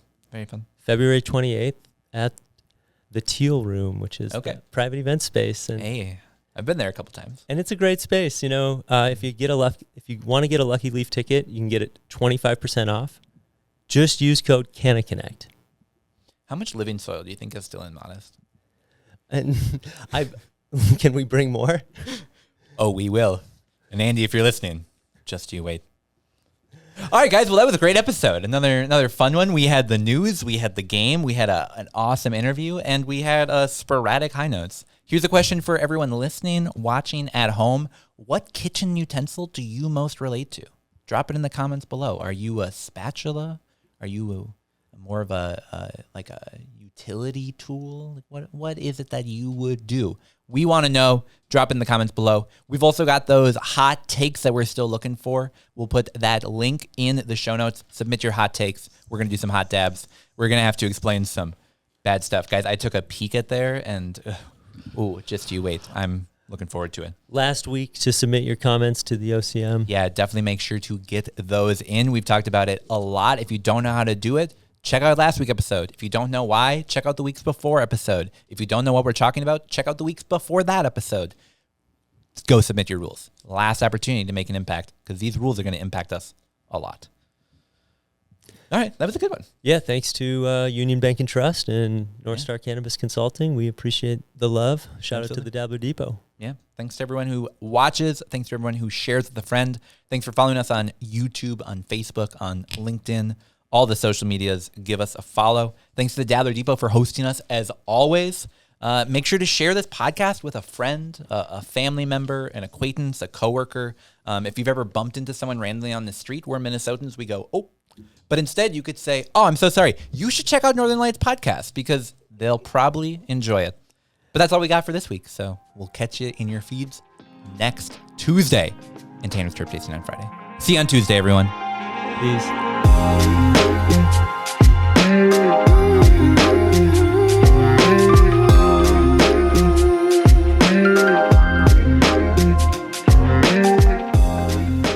Northern Lights is a Minnesota Cannabis College production. This episode was produced by me, Tanner Barris, and by Steve Eigenman and Jordan Whiff. Production assistance from Marcus Harkis, Shayna Payton, and John Barty. Video and audio recording at the Dabbler Depot studio by Jordan Whiff. The information provided in this podcast does not, and is not intended to, constitute legal advice, but is instead for general information purposes only. No listener should act solely on the basis of information provided without first seeking advice from their own legal counsel. The views and opinions expressed in this program are those of the speakers and do not necessarily reflect the views or positions of the Minnesota Cannabis College. Please listen responsibly.